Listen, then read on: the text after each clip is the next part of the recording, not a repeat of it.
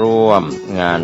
บุญทอดผ้าป่าสามัคคีครั้งนี้เพื่อบูรณะวิหารปูพื้นกระเบื้องไวนิลรวมไปถึงทำโครงเหล็กป้องกันนกรอบวิหารราดพื้นเท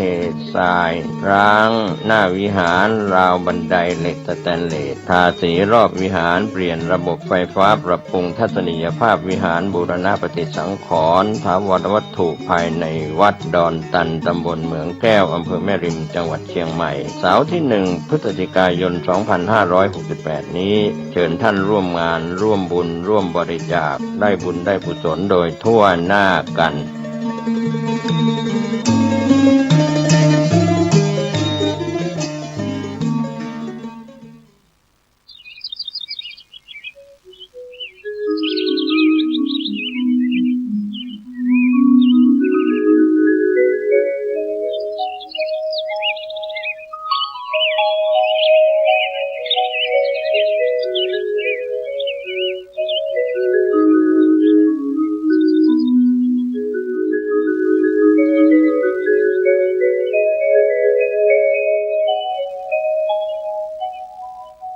นะโมตัสสะภะคะวะโตอะระหะโตสัมมาสัมพุทธัสสะนะโมตัสสะภะคะวะโตอะระหะโตสัมมาสัมพุทธัสสะนะโมตัสสะภะคะวะโตอะระหะโตสัมมาสัมพุทธัสสะอัตตะสัมมาปณิทิจะเอตัมมังคลมุตตมันติณโอกาสวันนี้อาตมาภาพจะได้แสดงพระธรรมเทศนาในเรื่องมงคลชีวิตกันที่4สืบต่อไปท่านสาธุชนผู้ใจบุญทั้งหลายมงคลเป็นของดีทุกคนก็ต้องการทุกคนก็อยากได้มงคลก็ดีหรือมงคล108ก็ดีทุกคนก็ต้องการทั้งนั้นเพราะเป็นมงคลล้วนแต่เป็นของดีแต่ว่ามงคลที่พระพุทธเจ้าเทศน์นั้นมี38ประการ38ประการนั้นได้เทศน์มาแล้ว5มงคลเรียกมงคลชีวิตมงคลชีวิตติดไว้ที่ฝาอันวรรณคาวาสนาจำเริญก็มันจะมีคนเขียนไว้อย่างนี้ก็มีนะหลังจากนั้นสิ่งไหนที่เป็นมงคลเราก็ควรจะได้สนใจไม่คบคนพาลคบหาบัณฑิตที่ควรบูชิตตั้งจิตบูชาทราบเถิดเทวาจงจำใส่ใจนี่ก็เทศมาแล้วอยู่ในประเทศอันสมควรนี่ก็เทศมาแล้วทำบุญไม่ในก่อน5มงคลนี่เทศแล้ววันนี้จะเทศมงคลที่6ตั้งตนไม่ชอบเรียกว่ามงคลชีวิตอธิบายข้อความต่อไปคำว่าตนตั้งตนไว้ชอบอัตตะสัมมาปณิธิอัตตะสัมมาปณิธิปณิธิแปลว่าตั้งไว้อัตตะตนสัมมาโดยชอบตั้งตนไว้ชอบคำว่าตนแปลว่าผู้ท่องเที่ยวไปในภพน้อยภพใหญ่หมายความว่าวนเวียนอยู่ในกามภพรูปภพอรูปภพหรือวนเวียนอยู่ในภูมิ31ภูมิคืออบายภูมิ4มนุษย์ภูมิ1คือว่าภูมิ6รูปภูมิ16อรูปภูมิ4นี่เขาเรียก31ภพ31ภูมิถ้าคำว่าตนอัตตะแปลว่าตนเนี่ยท่านแปลว่าท่องเที่ยวอัตตะธาตุไปท่องเที่ยวไปมาพบน้อยพบใหญ่เราเรียกกันว่าตนตั้งตนไว้ชอบตนจึงแปลว่าผู้ท่องเที่ยวไปในพบน้อยพบใหญ่เที่ยวเวียนว่ายไปเกิดอยู่ในกรรมภพรูปภพอรูปภพนี้แหละแต่โดยมากกรรมภพนี่มากที่สุดรูปภพก็หายากอรูปภพก็หายากอายุยืนทีนี้ตนในมงคลนี้น่ะท่านได้แก่กายกับใจท่านหมายเอา2อย่างคำว่าตนคำนี้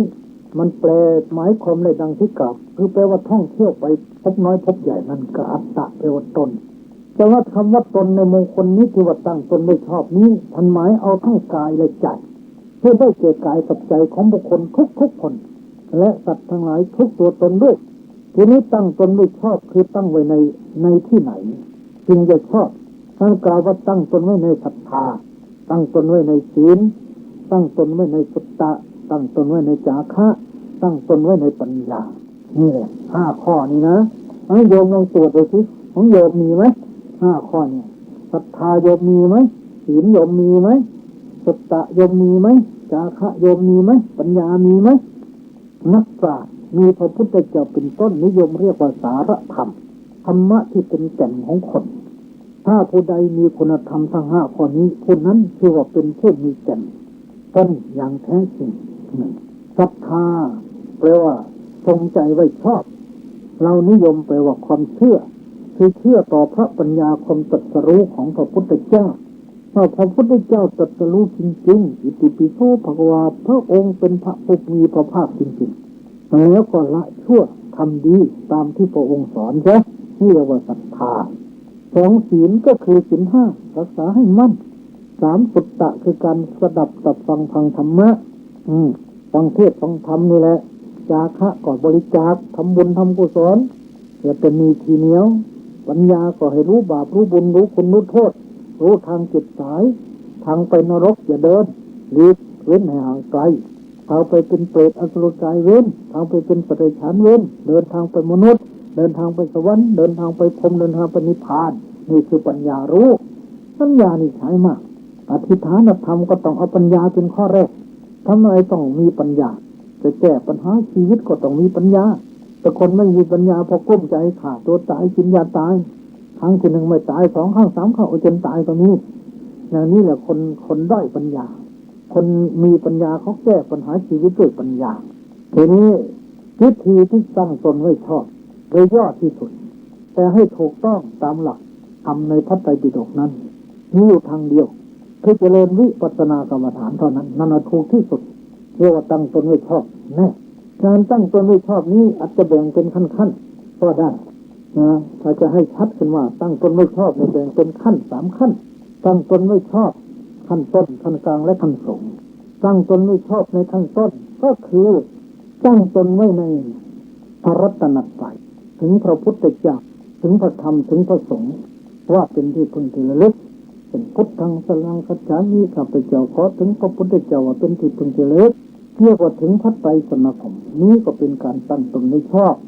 หรือผู้ที่ถือศีลสูงขึ้นไปจะถือศีล5มันเป็นนิดนี้ก็ชื่อว่าตั้งตนไว้ชอบสูงขึ้นไปถือศีล8นี้ก็ชื่อว่าตั้งตนไว้ชอบสูงขึ้นไปบวชเป็นเณรถือศีล10นี้ก็ชื่อว่าตั้งตนไว้ชอบสูงขึ้นไปบวชเป็นพระถือศีล207นี้ก็ชื่อว่าตั้งตนไว้ชอบมันหมายเป็นขั้นไว้นะนี่เป็นขั้นต้นสูงขึ้นไปไหว้พระสวดมนต์เจริญสมถกรรมฐานนี้เป็นตั้งตนไว้ชอบขั้นกลางสูงขึ้นไปเจริญวิปัสสนานี้เป็นการตั้งตนไว้ชอบขั้นสูงในพระศาสนาดังนั้นคำว่าตั้งตนไว้ชอบจึงแยกเป็น3ประการตั้งตนไว้ชอบขั้นต้นขั้นกลางและขั้นสูงหรือจะอีกในยันหนึ่งตั้งตนไว้ชอบขั้นต้นคือตั้งตนไว้ในประโยชน์6นี้ประโยชน์ปัจจุบัน4อย่างอุทานสัมปทาถึงพร้อมด้วยความหมั่นอารักขาสัมมาราถึงพร้อมด้วยการรักษากัลยาณมิตรตาคบคนดีไม่คบคนชั่วสามัคคีตาเลี้ยงชีวิตให้พอเหมาะพอควรไม่ฝืดเคืองไม่ฟุ่มเฟือยรู้จักประหยัดนี้ก็ชื่อว่าตั้งตนไว้ชอบขั้นต้นตั้งตนไว้ชอบขั้นกลางคือตั้งตนไว้ในศรัทธาตั้งตนไว้ในศีลตั้งตนไว้ในจาคะตั้งตนไว้ในปัญญาเรียกว่าประโยชน์6นะตั้งตนไว้ในขั้นสูงก็คือตั้งไว้ในปรมัตถประโยชน์ได้แก่วิปัสสนากรรมฐานอย่างนี้ก็ใช่เป็นการตั้งตนไว้ชอบโดยลำดับทั้งเรียกว่าปักขันธนะศรัทธาวิ่งไปตามลำดับยกตัวอย่างมีบุรุษคนหนึ่งเป็นลูกเศรษฐีตั้งตนไว้ชอบใส่บาตรทุกวันก็เรียนถามพระประจำตระกูลเขาเรียกว่าชีต้นท่านเข้าประจำตระกูลบอกหลวงพ่อผมใส่บาตรทุกวันผมอยากจะพ้นทุกข์แต่ยังไม่พ้นทุกข์ทำไมโยมถึงพระไตรสรณคมจะชี้แต่จะรับพระไตรสรณคมพุทธังสรังคัจฉามิธัมมังสรังคัจฉามิประกาศตนว่าข้าพเจ้าขอถึงพระพุทธเจ้าพระธรรมพระสงฆ์ถึงพระไตรสรณคมหังพุทธันจะธรรมันจะสังฆันจะสนังคโตสาธุปันติภิกขุสังโฆพุทธมามโคติมังทาเรโตข้าพระเจ้าขอถึงพระพุทธเจ้าพระธรรมพระสงฆ์ว่าเป็นที่พึงระลึกขอพระสงฆ์ทรงจำข้าพเจ้าว่าเป็นพุทธมกะคือผู้เคารพนับถือพระรัตนตรัยว่าเป็นที่พึงที่ระลึกของตนพระสงฆ์ก็ให้สินให้พรสาธุโสอัตตลัทโธสุขโตวิรุณโห อัฏฐรัตโธจงมีประโยชน์อันใดแล้วจงถึงความสุขความเจริญงอกงามไพบูรย์สงให้ศีลได้ผ่อนทันยังไม่พ้นทุกข์อีกรักษาศีล 5จ้ะถ้ามาทานศีล 5อีกก็ยังไม่พ้นทุกข์ศีล 8ถือศีล 8ก็ยังไม่พ้นทุกข์บวชเป็นเณรรักษาศีล 10ก็ยังไม่พ้นทุกข์บวชเป็นพระศีล207โม่ยิ่งแย่เลยไม่รู้จะเหยียดเท้าเหยียดมือไหนมีแต่ทุกข์แต่บาปทั้งนั้นศึกดีกว่าพร้อมอยากศึกไปเฝ้าพระพุทธเจ้าเธอสามารถรักษาใจอย่างเดียวได้ไหมได้พระเจ้าค่ะพระพุทธเจ้าสอนให้สมถานเป็นพระอรหันต์เลยแน่อย่างนี้เขาเรียกตั้งตนไม่ชอบแท้ไปตามลำดับตั้งแต่ต่ำโยนถึงสูงถึงนิพพานเลยนี่ไม่ชอบจริงๆชอบอย่างนี้นะทีนี้ปัญหาข้อต่อไปเมื่อตั้งตนไม่ชอบแล้วว่าถือว่าเป็นมงคลนะเป็นมงคลอย่างไรหนึ่งเป็นมหากุศลคนที่ตั้งตนไว้ในศรัทธาศีลสุตตะจาคะปัญญานี่เป็นกุศลเขาเรียกมหากุศลเป็นบุญอันยิ่งใหญ่สองชื่อว่าเป็นคนไม่ประมาทสามเป็นผู้บำเพ็ญสารธรรมเอาแต่ทำที่เป็นแก่นสี่เป็นผู้มีแก่นของคนนี่แหละเป็นมงคลที่แต่อย่างเนี้ยไม่เอาเปลือกคนนี่เอาแก่นคนนี่นะแล้วก็ห้าเป็นผู้มีสิกขา3ศีลสมาธิปัญญา6เป็นผู้เตรียมตัวก่อนตาย7เป็นผู้รักษาสัตธรรม3ปริยัติปฏิบัติปฏิเวท8เป็นผู้มีความสวัสดีในที่ถูกสถานในการทุกเมื่อ9เป็นผู้มีหวังที่จะได้รับสมบัติ3ประการมนุษย์สมบัติสวรรค์สมบัตินิพพานสมบัติ10เป็นผู้ได้บูชาพระรัตนตรัยอย่างสูงสุด11เป็นพลเมืองดีของประเทศชาติ12เป็นตัวอย่างที่ดีแก่อนุชนรุ่นหลังมีลูกมีหลานเป็นต้น13เป็นผู้ป้องกันภัยในอบายภูมิ14ชื่อว่าได้เตรียมตัวก่อนตายเตรียมสร้างทางชอบไว้ทั้งกุศลตัวสุขส่งเสริมผลเพิ่มให้ก่อนแต่มฤทธิ์พดุดลเสด็จเทียบเท่านาตายพรากจากโลกได้สติดาวแดนเกษมพระผู้ทรงฤทธิ์รู้หนทางวิธีสงบคือจิตวางยึดมั่นดับพันกิเลสจางจากจิตดับสังขารดับสิ้นสุขแค่ทางธรรมอันสังขารเกิดขึ้นแล้วแต่ดับเพราะว่าสังขารนับยังหม้อมีเกิดแก่ตั้งยับตลอดทั่วกันนามีไปหรือล่อเพิ่มเพิ่นพระสุธานี่แหละนั่นก็เป็นมงคลแก่ตัวเองที่ว่าได้เตรียมตัวก่อนตายตัวอย่างประกอบอธิบายในเรื่องนี้คือเรื่องโจร500 คนในศาสนาของพระพุทธเจ้าพระนามว่ากัสสปะหรือกัสสปโจร500 คนถูกชาวบ้านติดตามพากันหนีเข้าป่าไปพบภิกษุรูปหนึ่งไหว้แล้วกล่าวว่าขอท่านจงเป็นที่พึ่งของพวกผมเถิดขอรับท่านกล่าวว่าขึ้นคือว่าที่พึ่งเช่นกับศีลไม่มีเลยพวกท่านทุกคนจงพากันสมาทานศีล 5ให้ดีแล้วก็ให้ศีล 5แก่พวกโจรเหล่านั้นแล้วกล่าวสอนว่าบัดนี้พวกท่านเป็นผู้มีศีลไม่ควรล่วงศีลแม้เพราะเหตุแห่งชีวิตตายก็ยอมสละสู้และไม่ควรทำใจให้ขุ่นมัวโจรเหล่านั้นรับประสาธุดีแล้วขอรับพวกชาวบ้านตามมาทันจับโจรเหล่านั้นฆ่าทั้งหมดเพราะทุกคนเป็นผู้มีศีลเมื่อแตกกายทำลายขันธ์จึงพากันได้ไปเกิดในเทวโลกคือเกิดเป็นเทวดาจุติจากเทวโลกมาบังเกิดเป็นชาวประมง500 คนใกล้ประตูกรุงสาวัตถีหัวหน้าชื่อว่ายโสชะวันหนึ่งกุลบุตรเหล่านั้นพากันไปทอดแหในแม่น้ำอจิรวดีได้ปลาตัวหนึ่งมีสีเหมือนทองจึงนำปลาตัวนั้นไปถวายแก่พระเจ้าโกศลพระเจ้าโกศลให้กุลบุตรเหล่านั้นนำไปสู่พระจิตวัฏพระองค์ก็เสด็จไปด้วยทรงแสดงแด่พระศาสดาทรงแสดงกัปปิลสูตรในสุตตนิบาตแล้วตรัสพระธรรมเทศนาโปรดกุลบุตรเหล่านั้นจนเกิดความเลื่อมใสพากันออกบวชเจริญวิปัสสนากรรมฐานได้สำเร็จเป็นพระอรหันต์ทั้ง500 รูปเรื่องนี้ที่เห็นว่าผู้ที่ไม่มีศีลแต่ตั้งตนไว้ในศีลก็เป็นมงคลอันสูงสุดตายแล้วไปสู่สวรรค์ไม่ไปอบายภูมิอย่างแน่นอนสุดท้ายก็เป็นเหตุเป็นปัจจัยให้ได้บรรลุมรรคผลนิพพานได้มนุษย์สมบัติสวรรค์สมบัตินิพพานสมบัติเพราะตั้งตนไว้ชอบทั้งที่เป็นโจรแต่ว่ากลับตัวมารักษาศีลผลสุดท้ายได้ไปเกิดสวรรค์กลับชาติมาเกิดก็ได้เจริญวิปัสสนาเป็นพระอรหันต์นี่เรื่องนั้นอันนี้จะเรียกว่าตัวอย่าง เรื่องที่สองเรื่องพระภารทวาชถีระพราหมณ์ภารชวาทโคตเป็นมิจฉาทิฏฐิคือมีความเห็นผิดที่ในเมืองราชคฤห์เป็นคนไม่มีศรัทธาไม่เลื่อมใสในพระพุทธศาสนาถ้าใครพูดพุทโธธัมโมสังโฆเอามือปิดหูทันทีเลยแข็งกระด้างขึ้นกับตอตะเคียนส่วนนางธนัญชานีภรรยาของเขาได้เจริญวิปัสสนากรรมฐานจนเป็นพระโสดาบันมีศรัทธาเลื่อมใสในพระรัตนตรัยยังไม่หวั่นไหวเมื่อนางยืนนั่งไอจามย่อมกล่าวคำนมัสการนะโมตัสสะเป็นต้นเสมอวันหนึ่งสามีจะเลี้ยงข้าวปลาญาติมีน้ำน้อยจะพราหมณ์500 คนขอร้องภรรยาไม่ให้ทำนมัสการแก่พระสมณะสัก1 วัน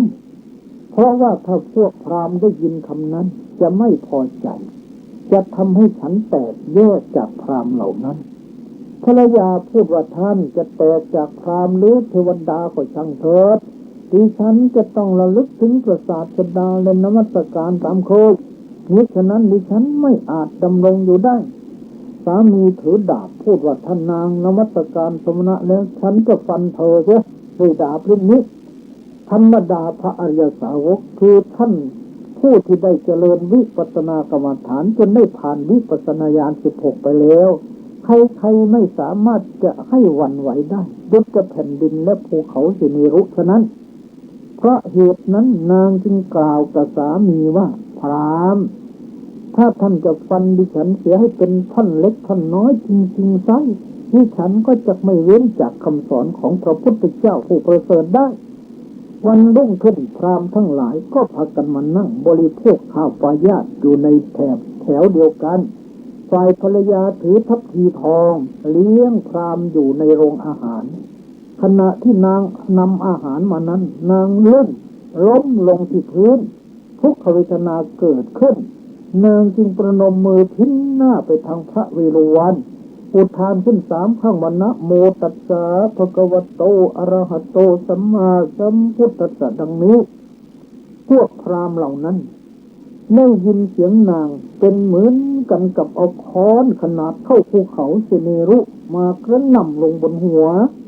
เป็นดุจจะถูกเหลาแทงที่หูทั้ง2 ข้างมีความโกรธจัดหาว่าพวกตนถูกหลอกให้เข้ามาสู่เรือนของคนนับถือศาสนาที่อื่นพากันทิ้งก้อนข้าวในมือหายข้าวที่อมอยู่ในปากออกด่าพราหมณ์นั้นแล้วหนีไปสามีก็โกรธจัดเงื่อดาบจะฟันคอภรรยาแต่ไม่สามารถจะทำอะไรแก่ภรรยาได้จึงได้รีบไปหาพระศาสดาทูลถามปัญหาว่าพระสมณโคดมบุคคลฆ่าอะไรตายจึงจะนอนสบายบุคคลอะไรฆ่าอะไรตายจึงไม่เศร้าโศกพระสมณโคดมท่านชอบใจการฆ่าธรรมะอะไรพระศาสดาตรัสตอบว่าโกทังคัตถวาสุขังเสตุบุคคลฆ่าความโกรธได้แล้วย่อมนอนเป็นสุขโกทังคัตถวานโสจติฆ่าความโกรธได้แล้วย่อมไม่เศร้าโศกพราหมณ์พระอริยะทั้งหลายสรรเสริญการฆ่าความโกรธซึ่งมีรากเป็นพิษคือมีทุกข์เป็นผลมียอดหวานคือมีสุขเป็นเบื้องปลายหมายความว่า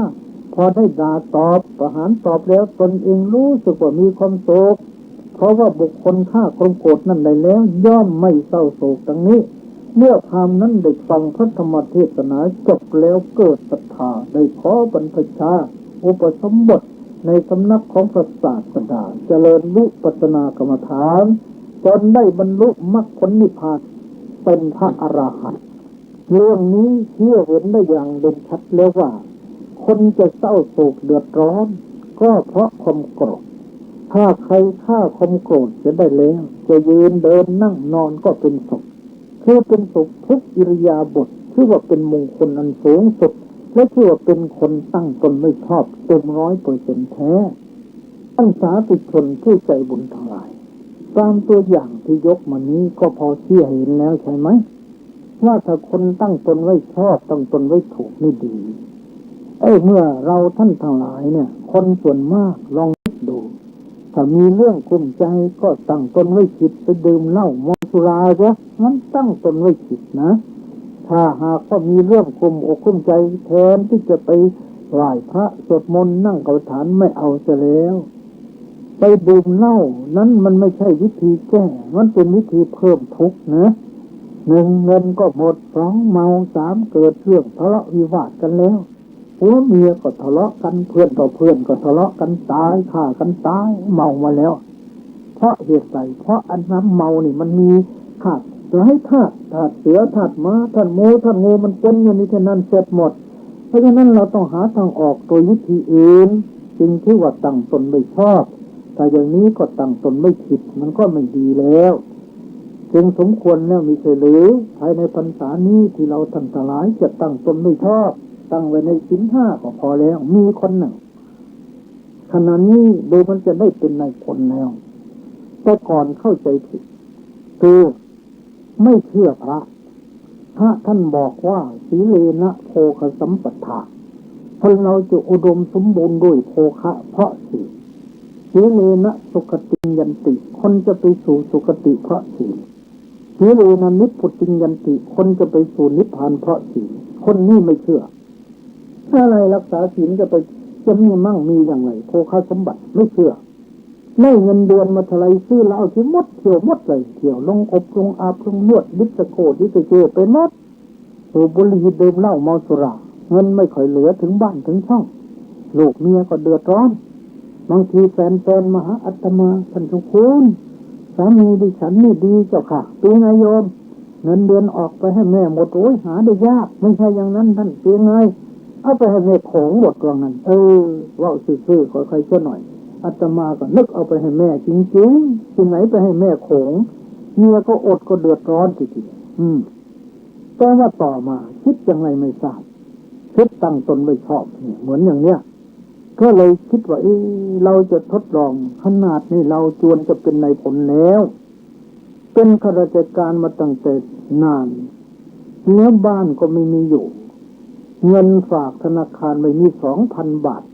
แผ่นดินเท่าใบพุทราไม่มีจะไปอยู่ที่ไหนเนี่ยออกจากราชการแล้วนี่มันดูบ้านหลวงนะนี่นะก็ได้สติเตือนตัวเองเราจะลองถือศีลตามพระว่าดูที่เรากินเหล้านะไม่เชื่อพระดิมันไม่มั่งคั่งสมบูรณ์จริงนั่นแหละแต่เราลองถือศีลที่มันจริงอย่างพระว่าหรือเปล่าอันนี้ตั้งแต่ทำงานมาก็ได้เงินเดือน 2,000 บาทฝากธนาคารแต่ซื้ออะไรมันก็ไม่ได้แผ่นดินก็ไม่ใช่ราคาเท่านี้ปลูกบ้านก็ไม่ใช่ราคาเท่านี้รถก็ไม่ใช่ราคาเท่านี้แล้วมันจะไหวเหรอเนี่ยก็ตั้งตนใหม่เลยลองเชื่อพระสัก5 ปีสิมันจะเป็นยังไงวะก็เชื่อไปสิเหมือนใจก็ไม่ค่อยนึกหรอกว่าจะจริงไม่จริงตั้งแต่นั้นมาเลิกดื่มเหล้าเมาสุราเข้าวัดเข้าว่าฟังเทศน์ฟังธรรมจะหัดเจริญสมถะหัดเจริญวิปัสสนาเอาแล้วทีเนี้ยแม่ตั้งแต่นั้นมาแต่ก่อนบอกเจ้านายเกลียด15-16 ปีไม่อยากมองหน้าเจ้านายแต่อดทนเยอะแต่เดี๋ยวนี้โอ้ยเจ้านายรักจะทำไมต้องปรึกษาทั้งนั้นคนอื่นไม่เอาจะทำอะไรจะต้องปรึกษากับนายคนนี้เจ้านายรักตรงกันข้ามกับเมื่อก่อนก็รักสิเพราะไม่เมาไม่เลวไม่เกเรแล้วนี่ตอนนี้เป็นคนดีแล้วนายก็รักเพราะศีลธรรมนี่นะมาเล่าให้อาตมาฟังเมื่อตกลงทีเนี่ย5 ปีจากที่รับศีลแล้วเนี่ยถือศีล 5เป็นนิดเลยแล้วก็ไหว้พระสวดมนต์เจริญสมถะวิปัสสนาไม่ขาดนะ5 ปีมีเงินฝากธนาคาร 200,000 บาทไม่น่าเป็นแต่มันเป็นไปได้ 200,000 บาทวันหนึ่งเขาประกาศซื้อที่เขาก็ประกาศขายที่ 60,000 บาทซื้อเลยถอนเงินมาซื้อได้ที่แล้วนั่นเห็นไหม5 ปีตอนนั้นมีที่เป็นของส่วนตัวแล้วเสร็จแล้วเหลือเงินอีก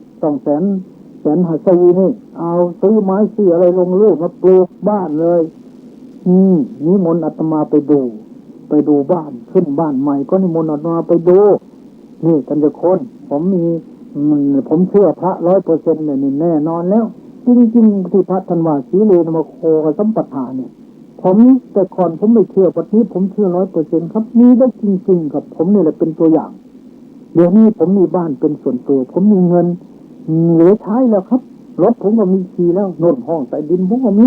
ระเบิดปรมาณูมาจะพาแฟนลงไปอยู่ห้องใต้ดินนั่นแน่คุยกันด้วย แหละโยมเอ้ยเห็นไหมคนประพฤติธรรมะนี่มันเป็นอย่างนี้เห็นในปัจจุบันแท้ๆไม่ต้องชาติหน้าหรอกเลิกเหล้าเลิกบุหรี่เลิกเที่ยวเงินทองมันจะไปไหนมันก็อยู่บ้านก็พอใช้พอสอยเดี๋ยวนี้เหลือใช้อยากออกจากงานแล้วยังไม่เกษียณแต่เป็นนายพลแล้ว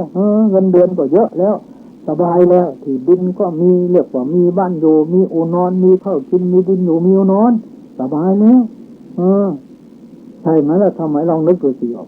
เนี่ยเพราะ5 ปีเท่านั้นที่รักษาศีล 5สามารถมีเงินฝากธนาคารถึง200,000เสร็จแล้วยังเอามาปลูกบ้านซื้อที่ดินปลูกบ้านปลูกช่องรถแล้วก็มีส่วนตัวสบายแล้ว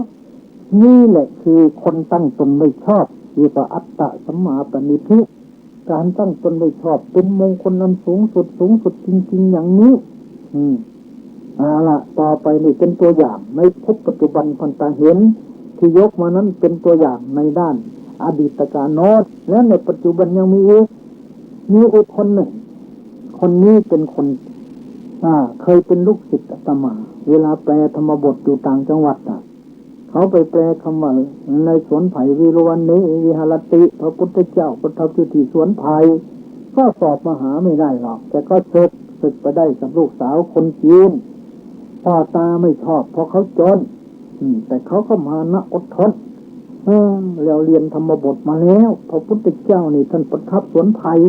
เราระลึกถึงคุณพระเจ้าปูข้อไผ่บูชาพระพุทธเจ้าลองดูสิเขาปูข้อไผ่โยม1,300 กอแหมไม่เท่าไรเลยเพราะไผ่มันงามไวนะถูกน้ำถูกฝนก็มันแตกหน่อออกมาเลยเขาขายหน่อ1,300 กอหน่อหนึ่งกอหนึ่งลองคิดดูสิถ้า10 หน่อละ3 บาทมันเท่าไรแล้วจะขายหน่อละ3 บาท3 บาทต่อมันขึ้นหน่อละ5 บาทต่อมาหน่อละ8 บาทเขาก็ขายหน่อไผ่เลยโอ้ได้เงินได้ทองมาสบายแล้วต่อไปเขาก็ปลูกกล้วยหอมพันทองปลูกเพาะพันธุ์มะพร้าวพวกเกษตรเขาก็มาซื้อเสร็จแล้วก็ปลูกแตงจริงปลูกแตงไทยแล้วก็ปลูก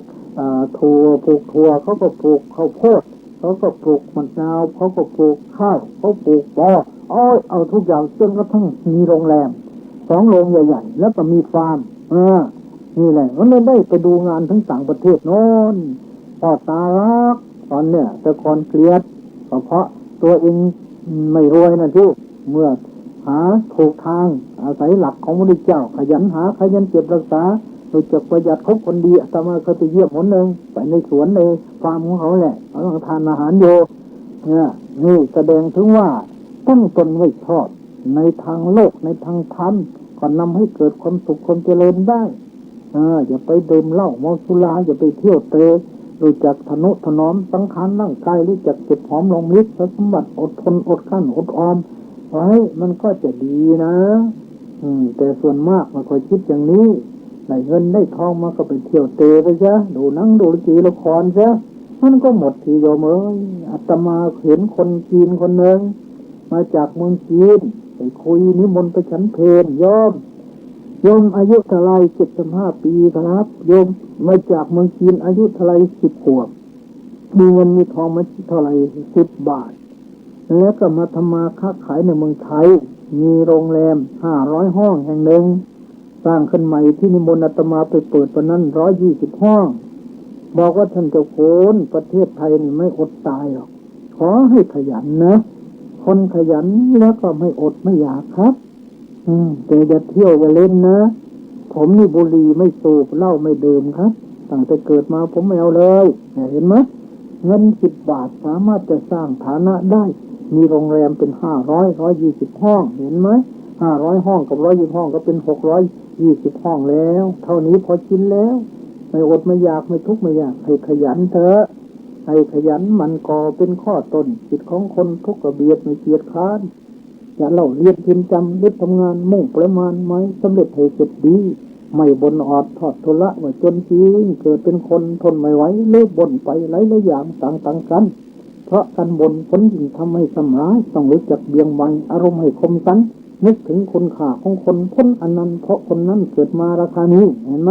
ไม่มีผ้าสนิทปิดกายีจะพาทีกับใครๆก็ไม่เป็นนั่นเพิ่งเห็นว่าเป็นข่าราคาคอสคนที่น้อยถอยจากอคทานเพราะเสียทางเขาคิดไม่คิดหา ไม่ฝึกหัดดัดแปลงแต่งปัญญาขาดวิชาขาดทรัพย์อัตถังมิตรที่สูงสักกะคทานสถานที่เพราะเหตุถือความขยันมั่นในจิตด้วยจักทางสร้างตนและคนคิดจึงโดยทรัพย์มิตรวิชาสง่าพร้อมวิริยนะทุกขมัตเจติคนพ้นทุกข์ได้เพราะความเพียรอุทธาตาวินตเตทนังคนขยันหาเงินได้วายเมเทวะปุริโสยาวะอัตตนิปัฏฐาเกิดมาเป็นคนภาคเพียรนำไปจนกว่าประโยชน์จะสำเร็จนะมันก็ต้องมีหลักทำประจำใจคนเราต้องเตือนตนเองอย่าให้คนอื่นเตือนอัตนาโจตยัตตนังตรงเตือนตนด้วยตนเองปฏิมังเสตมัตตนาพิจารณาตนด้วยตนเองอัตตาวะอัตโนคติตัวของเราเป็นครูของเราสอนเราได้ดีกว่าใครทั้งหมดนะมันก็ต้องมีหลักธรรมะคนถึงยากถึงจนอย่างไรก็ตามถ้ามีธรรมะเนี่ยสามารถจะสร้างตัวเองได้เหมือนกับคนก่อไฟกองเล็กๆให้มันลุกโชติช่วงชัตวาลโอ้ส่องแสงสว่างเจิดจ้าไปทุกหนทุกแห่งก็เพราะเขาขยันนั่นเองพระพุทธเจ้าจึงตรัสไว้ว่าหีนะชัจโจปิเชโหปิอุทธตาทิฏฐิวานโรไอ้คนเราจะเกิดในบ้านนอกขอกนาเกิดในบ้านตาขาดอนอย่างไรก็ตามถ้ามีคุณธรรม4ข้อ1อุทธตาขยัน2ทิฏฐิมามีความเพียร3อาจาระมีความประพฤติดี4ศีลสัมปโนมีศีลธรรมมีเทอคีวสันตมังสามารถจะก่อรากสร้างตัวเองให้ดีเด่นได้เหมือนคนก่อไฟใหญ่ในรัตติการที่ในกลางคืนฉะนั้นนี่หลักศาสนาสอนอย่างนี้ท่านสาธุชนผู้ใจบุญทั้งหลายตัวอย่างที่นำมานี้ก็ยังมีอยู่อีกในอดีตจะขอสาธกยกมาให้ครบหมดมีปัจจุบันแต่นี่เรื่องเศรษฐีผู้ตนิเศรษฐีคนหนึ่งอยู่ในกรุงพาราณสีมีทรัพย์80 โกฏถวายมหาทานมาละ6 แสนสั่งสอนบุตรนี้ให้ตัดวงทานของตนเวลาตายได้ไปเกิดเป็นเท้าสักกะบุตรของเขาก็ดำเนินตามปฏิปทาของพ่อตายแล้วได้ไปบังเกิดเป็นจันทเทพบุตรบุตรของจันทะก็ทำทานบุตรเจ้าพ่อตายแล้วได้ไปเกิดเป็นสุริยะเทพบุตรบุตรของสุริยะก็เป็นคนใจบุญเช่นกันตายแล้วได้ไปบังเกิดเป็นมาตาลีเทพบุตรบุตรของมาตาลีทำงานบุตรเจ้าพ่อตายแล้วได้ไปเกิดเป็นปัญจสิกขรเทพบุตรบทของปัญจสิกขะหรือปัญจสิกขรได้เป็นเศรษฐีนามว่าโกศิยะมีทรัพย์80 โกฏโกศิยะเศรษฐีเป็นคนแหวกแนวคิดว่าบิดามารดาปู่ย่าตายายของเขานี่โง่มากอะไรถึงทรัพย์ที่ตนหามาได้ด้วยความยากลำบากไว้หมดทุกคนตายแล้วไม่มีใครขนเอาไปด้วยช่างพากันโง่ที่จริงๆเราจะต้องเก็บรักษาไว้ไม่ต้องทำบุญทำทานอะไรทั้งสิ้นตายแล้วจะขนเอาไปให้ได้หมดจะคิดอย่างนี้นะตั้งแต่นั้นมาเขาก็เป็นคนตระหนี่ที่สุดแม่บุตรภรรยาก็ไม่ยอมให้บริโภคอาหารที่ดีให้บริโภคอาหารที่เลวที่สุดเช่นน้ำข้าวเสื้อผ้าก็เอาแต่ผืนหยาบร่มก็ทำด้วยใบไม้รถก็เก่าเทียมด้วยโคแก่ทรัพย์ของเขาเป็นเหมือนสุนัขได้มะพร้าวทั้งเปลือกไม่มีประโยชน์อะไรเลยมันหนึ่งเขาเห็นอนุเศรษฐีบริโภคข้าวปลาย่างปรุงด้วยเนยข้นเนยใสน้ำผึ้งน้ำตาลกรวดเขาอยากจะรับประทานจนใจเกือบจะขาดแต่ว่ากลัวจะเสียทรัพย์จึงยอมอดเอากลับมาถึงบ้านนอนกกที่นอนจนพร้อมเหลืองไม่ยอมบอกแก่ใครๆเลยเมื่อถูกภรรยารบเร้าบ่อยๆจึงบอกเหตุนั้นกับภรรยาบอกว่าเราไม่ใช่คนยากคนจนอะไรฉันจะหุงข้าวปลาย่างให้พอแก่ชาวกรุงพาราณสีทั้งหมดก็ได้เศรษฐีฟังคำนั้นแล้วมีความโกรธเป็นกำลังดุจจะเอาไม้ฟาดศีรษะห้ามภรรยาไว้ภรรยาพูดว่าฉันจะหุงให้พอแก่คนที่อยู่ในถนนเดียวกันเศรษฐีไม่พอใจห้ามไว้อีกภรรยาพูดว่าฉันจะหุงให้พอแก่คนที่อยู่ในเรือนหลังนี้ถูกห้ามอีกภรรยาลดลงไปจนกระทั่งเหลือเพียง2 คนคือเศรษฐีกับภรรยาก็ไม่ยอมตกลงเหลือเศรษฐีเพียงคนเดียวเท่านั้นเห็นไหมและเวลาจะหุงก็ให้เขาเตรียมข้าวสาร1 แล่นมสด4 ส่วนน้ำตาลกรวด1 ฝ่ายมือเนยใส1 ขวดเล็กภาชนะสำหรับหุง1 ใบให้ไปหุงอยู่ในป่าลึกเพื่อจะบริโภคคนเดียวไล่ใครออกหนีหมดก่อไฟหุงอยู่ในป่าเพียงคนเดียวเท่านั้นขณะนั้นท้าวสักกะเทวราชทรงไข้ควรถึงวงทานของตนทราบเหตุนั้นทั้งหมด ทรงเห็นว่ามหาเศรษฐีนี้ตายแล้วจะไปบังเกิดในนรกเป็นแน่ประสงค์จะสอนเขาจึงเรียกจันทเทพบุตรเป็นต้นมาพากันทำคือเป็นคนหลงทางเข้าไปในป่าไปหาเศรษฐีนั้นแล้วทรมาน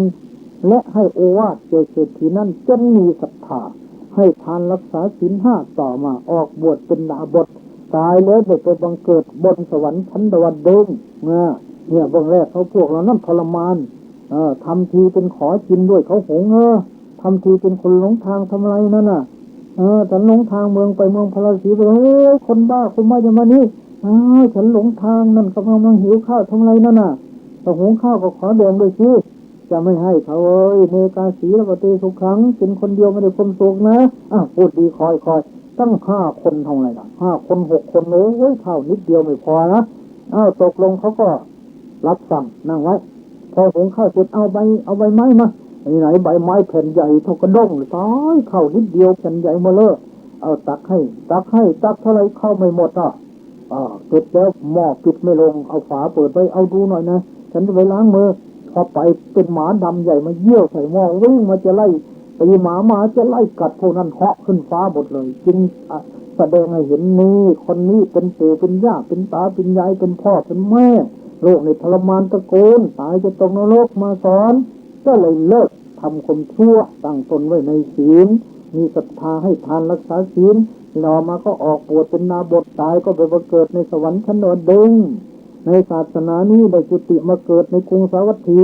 ฟังพระธรรมเทศนาของพระศาสดาออกบวชรักษาศีลถือตุดงยินดีให้ทานบำเพ็ญสารานิยธรรมเมื่อปัจเจก6ทั้งหลายมีอยู่ถ้าตนเองยังไม่ได้ถวายทานก่อนจะไม่ยอมฉันอาหารยอมอดดีกว่านี่พระศาสดาทรงทำความยินดียิ่งในทานของท่านตรัสว่าภิกษุทั้งหลายภิกษุรูปนี้ครั้งก่อนเป็นคนตรณีไม่ให้ทานเราจึงทรมานเธอจนตั้งอยู่ในทานได้ตั้งคำปรารถนาไว้ว่าเราได้น้ำประมาณ2 มือแล้วถ้ายังไม่ได้ให้แก่ใครๆจะไม่ยอมดื่มดังนี้เพราะผลแห่งทานนั้นมาชาตินี้จึงเป็นผู้มีอัธยาศัยในทานยินดียิ่งในทานดังนี้เรื่องนี้ที่เห็นอย่างเด่นชัดแล้วว่าคนที่มีความตนีมากขั้นภายหลังเห็นโทษในความตนีเพราะมีผู้ชี้บอกแนวทางให้กับใจเสียใหม่ตั้งอยู่ในศรัทธาไม่ตนีก็ถือว่าเป็นการตั้งตนไว้ชอบจัดเป็นมงคลอันสูงสุดในพระพุทธศาสนาประการหนึ่งเพราะฉะนั้นจึงสรุปใจความได้ว่าการตั้งตนไว้ในศรัทธาศีลสุตตะจาคะปัญญา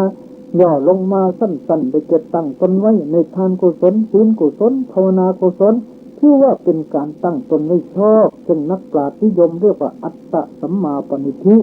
จัดเป็นมงคลที่ 6ท่านสาธุชนญาติโยมผู้ใจบุญทั้งหลายอาตมาภาพได้แสดงพระธรรมเทศนาสิ่งละอันพละน้อยในเรื่องมงคลชีวิตมาก็นับว่าสมควรเสียเวลาแล้วน่ามากโขอยู่แล้วนะถ้าหากว่าท่านจำท่านน้อมนำไปประพฤติปฏิบัติตามไม่ให้เป็นคนตนีทีเหนียวให้เป็นคนมีศรัทธามีศีลมีสุตตะจาคะปัญญาก็จะดีศรัทธาคือความเชื่อคนเริ่มใสนี่สำคัญมากทำอะไรทำด้วยศรัทธาทำอะไรทำด้วยความมั่นใจแล้วผลมันก็เกิดได้ดีนะศรัทธามีหลายอย่างพระพุทธเจ้าตรัสว่าศรัทธาสาธุปฏิปิตาศรัทธาตั้งมันแล้วยังประโยชน์ให้สำเร็จศรัทธาพันธติปาทยังศรัทธารวบรวมเสบียงคือบุญกุศลไว้จนกระทั่งสูงขึ้นไปคนจะข้ามโอคะก็ต้องอาศัยศรัทธานะศรัทธายะตรติโอคังคนจะข้ามโอคะสงสารไม่ต้องอาศัยศรัทธาศรัทธานี่เป็นหลักสำคัญมากทีนี้ศีลก็สำคัญถ้าเรามีศรัทธาเราก็ต้องมีศีลศรัทธานี่ให้คนเกิดทำบุญทำกุศลศีลนี่คนให้คนรักษากายวาจาให้เรียบร้อยถ้าเราเกิดมามั่งคั่งสมบูรณ์เพราะผลทานแต่ว่าเป็นคนที่โรคนี่ก็ไม่ดีถ้าเราเกิดมามั่งคั่งสมบูรณ์ไม่อดไม่อยากร่ำรวยแล้วก็โรคภัยไข้เจ็บไม่เปลี่ยนเปลี่ยนรูปนั่งก็รูปร่างก็งามอย่างนี้จะให้เราโง่ก็ไม่ดีเพราะฉะนั้นเกิดมาเป็นมนุษย์มั่งคั่งสมบูรณ์รูปร่างก็งามโรคภัยไม่เบียดเบียนแต่ต้องฉลาดโง่ก็ไม่ดี เราทำอย่างไรเราจึงจะได้ครบทั้งสามอย่างท่องกล่าวไว้ว่าอยากรวยก็ต้องทำทานอยากสวยก็ต้องรักษาศีลอยากดีมีปัญญาต้องเจริญภาวนาก็ต้องให้ได้หลักสามประการทานศีลภาวนานี่แหละเป็นหัวใจของศาสนาพระพุทธเจ้าจึงตรัสสาระคือแก่นไว้ถึงห้าอย่างศรัทธาสาระแก่นคือศรัทธาศีลสาระแก่นคือศีลสุตตะสาระแก่นคือสุตตะสุตตะแปลว่าการสดับตรับฟังธรรมะคนเราเนี่ยที่จะทำบุญทำกุศลถ้าไม่เคยฟังเทศน์ฟังธรรมแล้วทำไม่ค่อยได้หรอกที่เราทำบุญทำทานก็เพราะเราเคยฟังเคยทราบอานิสงส์ตั้งแต่พ่อแม่ปู่ย่าตายายพาลูกหลานทำมาเราก็ทำสืบต่อกันมานั่นการฟังธรรมนี่สำคัญมากฟังเอาบุญฟังเอาความรู้ฟังเพื่อปฏิบัติเป็นประโยชน์พระอริยสาวกทุกรูปท่านถือการฟังธรรมเป็นหลักใหญ่ดังพระบาลีว่าสุตตาวโกภิกขเวอริยสาวกโกดูก่อนภิกษุทั้งหลายพระอริยสาวกถือการฟังธรรมะเป็นหลักสำคัญถือว่าเป็นอาวุธอันสำคัญมากอาวุธคือเครื่องมือต่อสู้กับข้าศึกศัตรูเครื่องมือเลี้ยงชีวิตเครื่องมือบำบัดทุกข์บำรุงสุขของตัวเองถ้าเรียกว่าอาวุธมีอยู่สี่มีอยู่สามหนึ่งสุตตาวุธอาวุธคือสุตตะการฟังนี่เป็นอาวุธทำลายความโง่ยกตัวอย่างง่ายๆเช่นคำว่าหนอเนี่ยถ้าเราไม่ได้ฟังก็อาจจะนึกว่าหนอหนอแน่นแหนนี่ภาษาอะไรก็ไม่รู้ฟังหนอยุบหนอพองหนอเอาหนอมาจากไหนเนี่ยอาจจะคิดอย่างนี้ก็ได้ถ้าเราไม่ได้ฟังนะแต่ถ้าเราได้ฟังแล้วอ๋อหนอนี่มันแปลมาจากพระไตรปิฎกเป็นคำสอนของพระพุทธเจ้าพระพุทธเจ้าเทศกันแรกในโลกกับอัญญาสิวัตโพคนนัญโยคนนัญญะได้รู้แล้วหนอคนนัญญะได้รู้แล้วหนอเห็นไหมในพระไตรปิฎกเล่มที่10หน้า181บรรทัดที่15-16ตัวที่4ที่5อนิจจาวัฏสังขาราสังขารทั้งหลายไม่เที่ยงหนอก็ของพระพุทธเจ้าในพระไตรปิฎกเล่ม15หน้า233หน้า232บรรทัดที่19ก็มีหน่อยในพระไตรปิฎกเล่มที่16หน้า228บรรทัดที่1ก็มีอนิจจาวัฏสังขาราสังขารทั้งหลายไม่เที่ยงหนอคำว่าหนอนี่เป็นคำสอนของพระพุทธเจ้าแต่แปลมาจากวัตตะนั่นแหละตัวบาลีว่าวัตตะวะก็มาจากวัตตสังสารังวัตตสงสารตะมาจากตรธาตุแปลว่าข้ามท่านตั้งวิเคราะห์ว่าวัตตสังสารังตาเรติติวัตโตโยธโมว่าธรรมะใดสัพพะสติยังสัตว์ทั้งหลายทั้งปวงตาเรติย่อมให้ข้ามวัตตสังสารังสุวัตโตสงสารนิติพอเหตุนั้นโสธโมนธรรมนั้นวัตโตชื่อว่าวัตตะธรรมโมนธรรมะวัตตะยังสมสัตให้ข้ามซึ่งวัตโตสงสารนี่ตามรูปสัตว์จริงๆแปลว่าวัตตะธรรมะที่ยังสมสัตให้ข้ามซึ่งวัตโตสงสารวัตตะวนที่วนเพราะกิเลสวนเพราะกรรมวนวิบากสงสารเบื้องต่ำสงสารเบื้องกลางสังเบื้องสูงจะข้ามต้องข้ามด้วยศีลสมาธิปัญญาองค์ธรรมคือมรรค8คำว่าวัตตะตัวเนี้ยธรรมะที่ข้ามมาสงสารก็จะมรรค8ทั้งนั้นที่พระเจ้าเทศกันแรกในโลกมัชฌิมาปฏิภาณนี่แหละองค์ธรรมของคำว่าวัตตะในแก่มรรค8นั่นเองอย่างนี้เลยถ้าเราฟังเราก็ได้ความรู้ก็หายสงสัยบางทีพองหนอไม่เห็นมีในบาลีก็ไม่มียังไงลองดูสิบาลีท่านว่าไว้ชัดเจนแจ่มแจ้งโอนมนะอุณมนะโอนมนะก็แปลว่ายุบอุณมนะก็แปลว่าพองโอนมกาเลนะอุณมกาเลนะโดยการพองอาการยุบท่านมีอยู่แล้วแต่บาลีทำไมว่าไม่มีแล้วให้เราดูไม่ถึงก็นึกว่าไม่มีก็ไม่ได้มีอยู่ทางนั้นแหละบางทีเดิน6ระยะบางคนยังหาว่าอาตมาดัดจริตเอาเอง6ระยะไม่เห็นมีในที่ไหนโยมอยู่ในวิสุทธิมรรคภาค3หน้า251บรรทัดที่5ที่6บาลีวัตโตเอกปัทวรังอุตนะอติหรณะวิติหนาโวชัจนวเสนะถาโกฏาสีกรติในการเดินจงกรมครั้งหนึ่งแบ่งเป็น6ระยะอุทรณะยกสนออติหรยกนอวิติหระอย่างนอโวชัจนะลงนอไม่เสียปนันโลกนอสันลมหนะกดนอมันก็ยังมีอยู่ทำไมมาไม่มีแล้วอย่างนี้แหละการฟังมันก็ได้ความรู้สุดสู้สังพละเตปัญญังฟังได้ดีก็ได้ความรู้คือได้ปัญญา ดังนั้นพระองค์จึงตรัสว่าอันลักษณะของแก่นธรรมสำหรับคนมีธรรมะเป็นแก่นมีอยู่5 ข้อศรัทธาศีลสุตตะคือการฟังจาคะการเสียสละบริจาคปัญญารอบรู้ตามคนเป็นจริงรู้ทางจิตสายเดินทางถูกละทางผิดจ้ะนี่คือลักษณะของคนดีของคนมีปัญญาครั้งหนึ่งพระพุทธเจ้าไปเยี่ยมอุบาสกคนหนึ่งนอนดูเจ็บอยู่ว่าโยมศรัทธาของโยมก็มีใช่ไหมมีพระเจ้าค่ะศีลของโยมก็มีใช่ไหมมีพระเจ้าค่ะจะสุตตะก็มีใช่ไหมมีพระเจ้าค่ะจาคะก็มีใช่ไหมมีพระเจ้าค่ะปัญญาก็มีไหมมีพระเจ้าพอแล้วพระองค์กลับไปพับสายเกิดในสวรรค์ชั้นดาวดึงเลยนี่สารธรรมนะท่านสาธุชนผู้ใจบุญทั้งหลายอาตมาภาพแสดงพระธรรมเทศนาเรื่องมงคลชีวิตสมควรเสียเวลาแล้วเป็นกันที่4ขอยุติไว้แต่เพียงเท่านี้เทศนาประโยชน์สามเนแนวสารกันเป็นในสินสุดยุติลงแห่งการแสดงพระธรรมเทศนานี้สัพพพุทธานุภาเวนะด้วยอนุภาพแห่งคุณพระศรีรัตนตรัยอติไสยบุญญาเขตและกุศลสมบัติอนาวัตจิตธรรมามิตรสการะบูชาที่ท่านได้บำเพ็ญมาขอให้จงมาร่วมกันเป็นตบะเดชะปกป้องรักษาญาติโยมผู้ใจพุทธร้ายให้อยู่เย็นเป็นสุขให้ทุกข์ให้โศกให้โรคให้ภัยเจริญในลาภยศอายุวันนะโชคข้าพละปฏิภาณธรรมสารสมบัติตลอดการเป็นนิจมีดวงจิตสถิตมั่นอยู่ในสัจธรรมนำตนให้พ้นทุกข์ถึงสุขอันไพบูลย์กล่าวคือมาพ้นนรกผ่านด้วยกันทุกท่านเทินยะถาวะริวหาปุราปริปุเรนติสาครังเอวเมวะอิโตทินังเจตนังอุปกัปปติอิจิตังปฏิตังตุมหังคิปะเมวะสมิจฉตุสัพเพปุเรนตุสังกัปปะจันโทปนรโสยถามะนิโชติรโสยถาสัพพิติโยวิวัชชันโต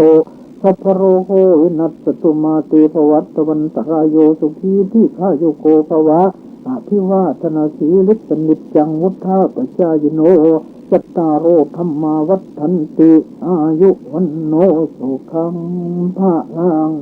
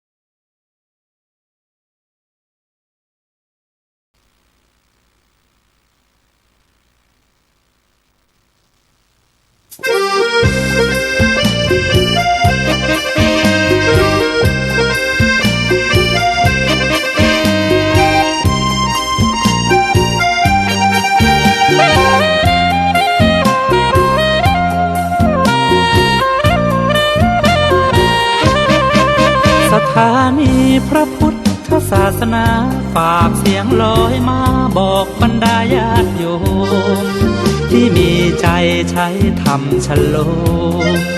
ที่มีใจใช้เพลงชโลมบอกบรรดาญาติโยมให้ฟังคลื่นนี้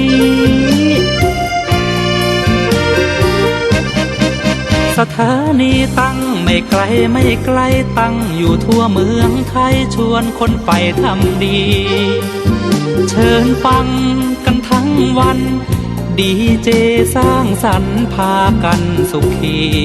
ใครอยากฟังธรรมเชิญทางนี้ใครอยากฟังธรรมเชิญทางนี้หรืออยากฟังเพลงดีๆเปิดคลื่นนี้นะคุณสถานีพระพุทธศาสนาฝากเพลงลอยมาย้ำชาวพุทธสร้างบุญธรรมะจะติดตามตัวคุณธรรมะจะชี้นำใจคุณพิสุทรงค์ท่านหนุนไว้ให้คุณมาสานสถานีที่ล้ำค่าชี้นำธรรมะเพิ่มปัญญาแตกฉานสอบถามธรรมะข้อใดเชิญลองถามไทยเรื่องที่อยากถามมีธรรมสลับกับเพลงเพราะมีธรรมสลับกับเพลงเพราะและดีเจชอละไว้เป็นเพื่อนคุณ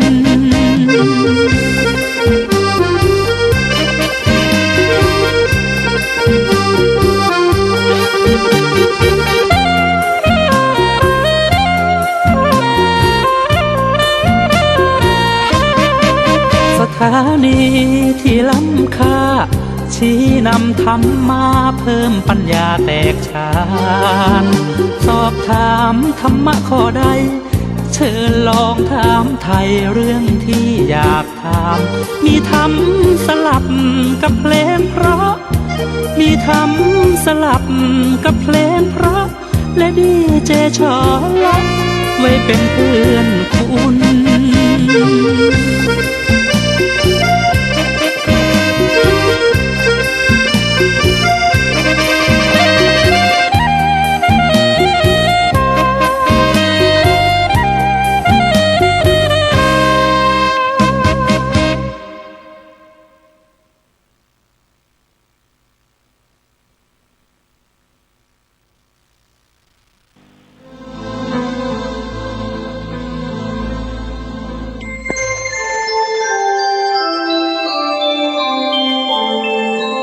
ขณะนี้ท่านกำลังฟังสถานีวิทยุกระจายเสียง FM 104.5 เมกะเฮิรตซ์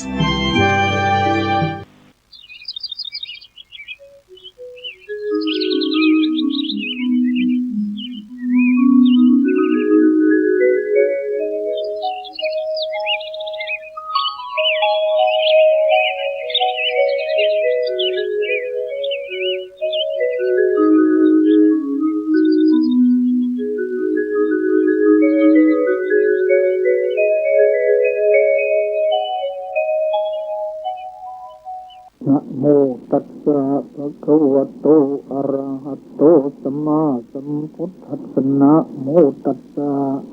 ภะคะวะโตอะระหะโตสัมมาสัมพุทธัสสะนะโมตัสสะภะคะวะโตอะระหะโตสัมมาสัมพุทธัสสะพาหุสัจจันจะสิปัญจที่ตัมมังคลมุตตมันติณโอกาสบัดนี้อาตมาภาพจะได้แสดงพระธรรมเทศนาในวันอาทิตย์นี้ตามปกติเทศพุทธวิสัชนา2 ธรรมะแต่ว่าท่านพระครูประหลัดพนมสุขภาพไม่ค่อยดีนักคือเป็นหวัดยังไม่หายดีดังนั้นจึงมอบภาระให้อาตมาเทศองค์เดียวไปก่อนคราวหน้ามีโอกาสค่อยมาว่ารวมกันการแสดงพระธรรมเทศนานั้นมีความมุ่งหมายอยู่5 ข้อข้อที่ 1เราฟังเอาบุญข้อที่ 2ฟังเอาความรู้ข้อที่ 3ฟังพอเป็นอุปนิสัยปัจจัยข้อที่ 4ฟังปฏิบัติ ในข้อที่ห้าฟังผู้อุทิศส่วนบุญกุศลให้แก่บุรุษชนมีบิดามารดาเป็นต้นประการแรกเมื่อฟังเทศเพื่อเอาบุญหมายเขาฟังแล้วได้บุญได้บุญตรงไหนเราต้องเข้าใจคำว่าบุญบุญแปลว่าชำระหมายความว่าไม่มีตัวไม่มีตนเหมือนกับผ้าที่สกปรกต้องชำระต้องฟอกด้วยแฟบด้วยผงซักฟอกต่างๆหรือสบู่เป็นต้นนั่นเป็นวัตถุต่อวัตถุอันนี้เป็นนามต่อนามบาปเป็นนามต้องฟอกหรือชำระด้วยบุญซึ่งเป็นนามเช่นเดียวกันดังนั้นเราฟังเอาบุญหมายความว่าฟังแล้วได้บุญได้บุญตรงไหนถ้าเราเข้าใจบุญเสร็จแล้วก็พอจะหาเห็นขณะที่โยมกำลังนั่งฟังเทศนี้กายกรรมวจีกรรมของโยมบริสุทธิ์ไหมถ้าโยมฟังเทศไปตีโยมไปมันก็ไม่บริสุทธิ์ถ้าโยมตั้งใจฟังไม่แต่ไปตีโยมไม่แต่ไปฆ่าแมลงสาบโยมก็ได้บุญแล้วกายกรรมวจีกรรมบริสุทธิ์แล้วศีลของโยมเกิดแล้วโยมพูดเท็จด่าใครไหมถ้าตั้งใจทำจริงไม่ได้ด่าใครศีลของโยมก็บริสุทธิ์แล้วนี้เลยเรียกว่าได้บุญแล้วจิตตรงนี้เป็นบุญถ้าตายด้วยจิตตรงนี้ต่ำต้องไปสวรรค์ต่ำต้องไปมนุษย์สูงต้องไปสวรรค์ท่านในอัตถกถาธรรมบทท่านกล่าวไว้ว่าคนตั้งใจจะไปรักษาศีลนี่จะไปเอาบุญบุญเกิดได้แล้วศรัทธาก็เกิดสัจจะก็เกิดขันติก็เกิดแล้วก็ความสำรวมระวัดระวังก็เกิดปัญญาก็เกิดท่านว่าอย่างนั้นพระพุทธเจ้ายังแสดงไว้ในปไตรปิฎกเรียกว่าวิตกสามกุศลวิตกพอใจนึกถึงบุญเท่านั้นแหละบุญเกิดมาเป็นแถวเลยทั้ง6อย่างมันกล่าวไว้ที่นั้นความเป็นคนมืดเป็นคนบอดก็ไม่เกิดความเป็นคนมีตาคือปัญญาก็เกิดความเป็นคนไม่โกรธก็เกิดความเป็นคนมีใจเยือกเย็นก็เกิดความเป็นคนมีปัญญาก็เกิดมันเกิดขึ้นได้ในขณะที่ใจเป็นบุญดังนั้นจึงคือว่าเราฟังเอาบุญแม้อย่าว่าแต่คนเลยถึงสัตว์เดรัจฉานเขาฟังพระท่านสวดเช่นครั้งข่าวฟังพระอภิธรรมก็ดีฟังพระพุทธเจ้าเทศก็ดีงูเหลือมฟังอายตนะคาถาก็ดีในไก่ฟังพระสอนกรรมฐานก็ดีก็ตายก็ยังได้ไปเกิดสวรรค์ได้อาตมาก็เอามาพูดบ่อยๆเพราะมันเป็นตัวอย่างให้เห็นอื่นก็มีเยอะแต่ก็เอาอันนี้แหละซ้ำแล้วซ้ำอีกเหมือนนโมเพื่อให้คนผู้ฟังนั้นได้เห็นว่ามันไปได้เท่านั้นเองจุดมุ่งหมายซ้ำแล้วซ้ำอีกอยู่นั่นแหละตัวอย่างอื่นๆในวิมานวัตถุก็มีเยอะแต่อันนี้มันสรุปมันง่ายกว่าเห็นได้ชัดกว่ากล่าวมาง่ายๆ2ฟังเอาความรู้อันนี้ต้องจดต้องจำเห็นแล้วจดไว้ทำให้มันย้ำเหมือนทราบไปจำเพื่อให้ทั้งมวลเมื่อหลงลงไปจะได้สอบสวนคงไม่แปรปรวนจากที่จดล่องอันนี้ฟังจับฟังเอาความรู้3ฟังต่อเป็นอุปนิสัยปัจจัยได้ยินบ้างไม่ได้ยินบ้างเสียงชัดบ้างไม่ชัดบ้างเอาฟังเลยเถอะก็ได้บุญอยู่ข้อที่4ฟังปฏิบัติจะชัดไม่ชัดได้ยินไม่ได้ยินก็ตามนักปฏิบัติสามารถจะกำหนดที่หูของตัวเองได้เวลาพระเทศภาวนาว่าได้ยินเนาะได้ยินเนาะยินเนาะยินเนาะยินเนาะยินเนาะเอาใจที่หูของตัวเองอย่างนี้เรียกว่าฟังปฏิบัติมันไม่บาปหรือก็อาจจะสงสัยเปล่าไม่บาปเราต้องเข้าใจบาปนี่คือความโลภความโกรธความหลง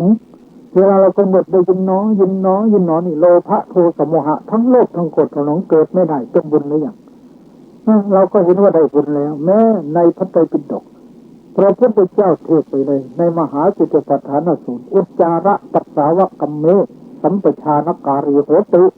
เวลาถ่ายอุจจาระปัสสาวะก็ให้กำหนดได้ถ่ายก็ถ่ายเนาะถ่ายเนาะถ่ายเนาะ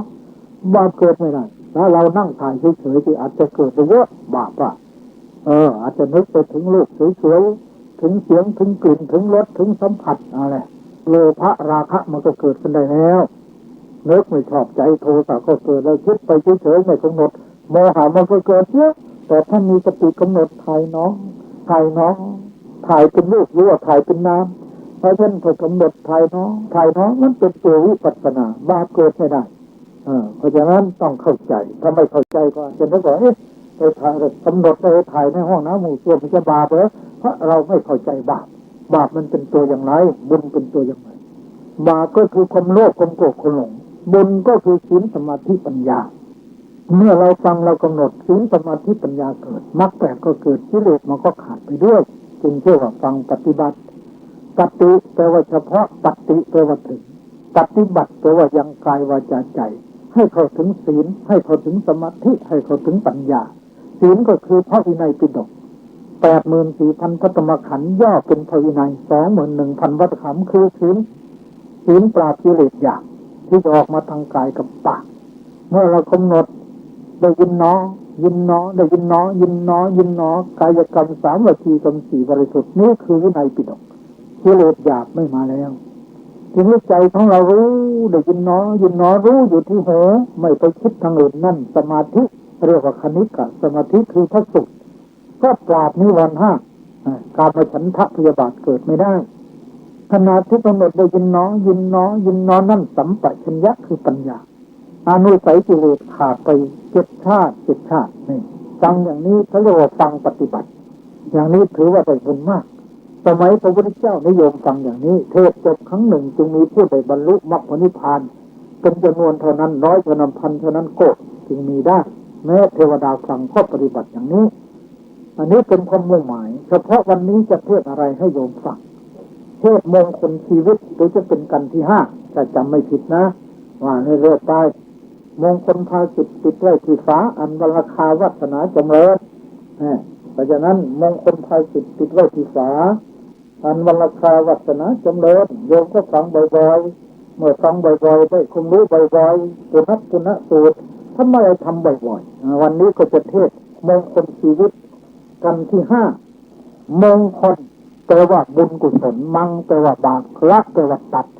ธรรมะที่ตัดบาปละคนชั่วทำคนดีเท่ากับมงคลก็คือความเจริญหรือบุญกุศลนั่นเอง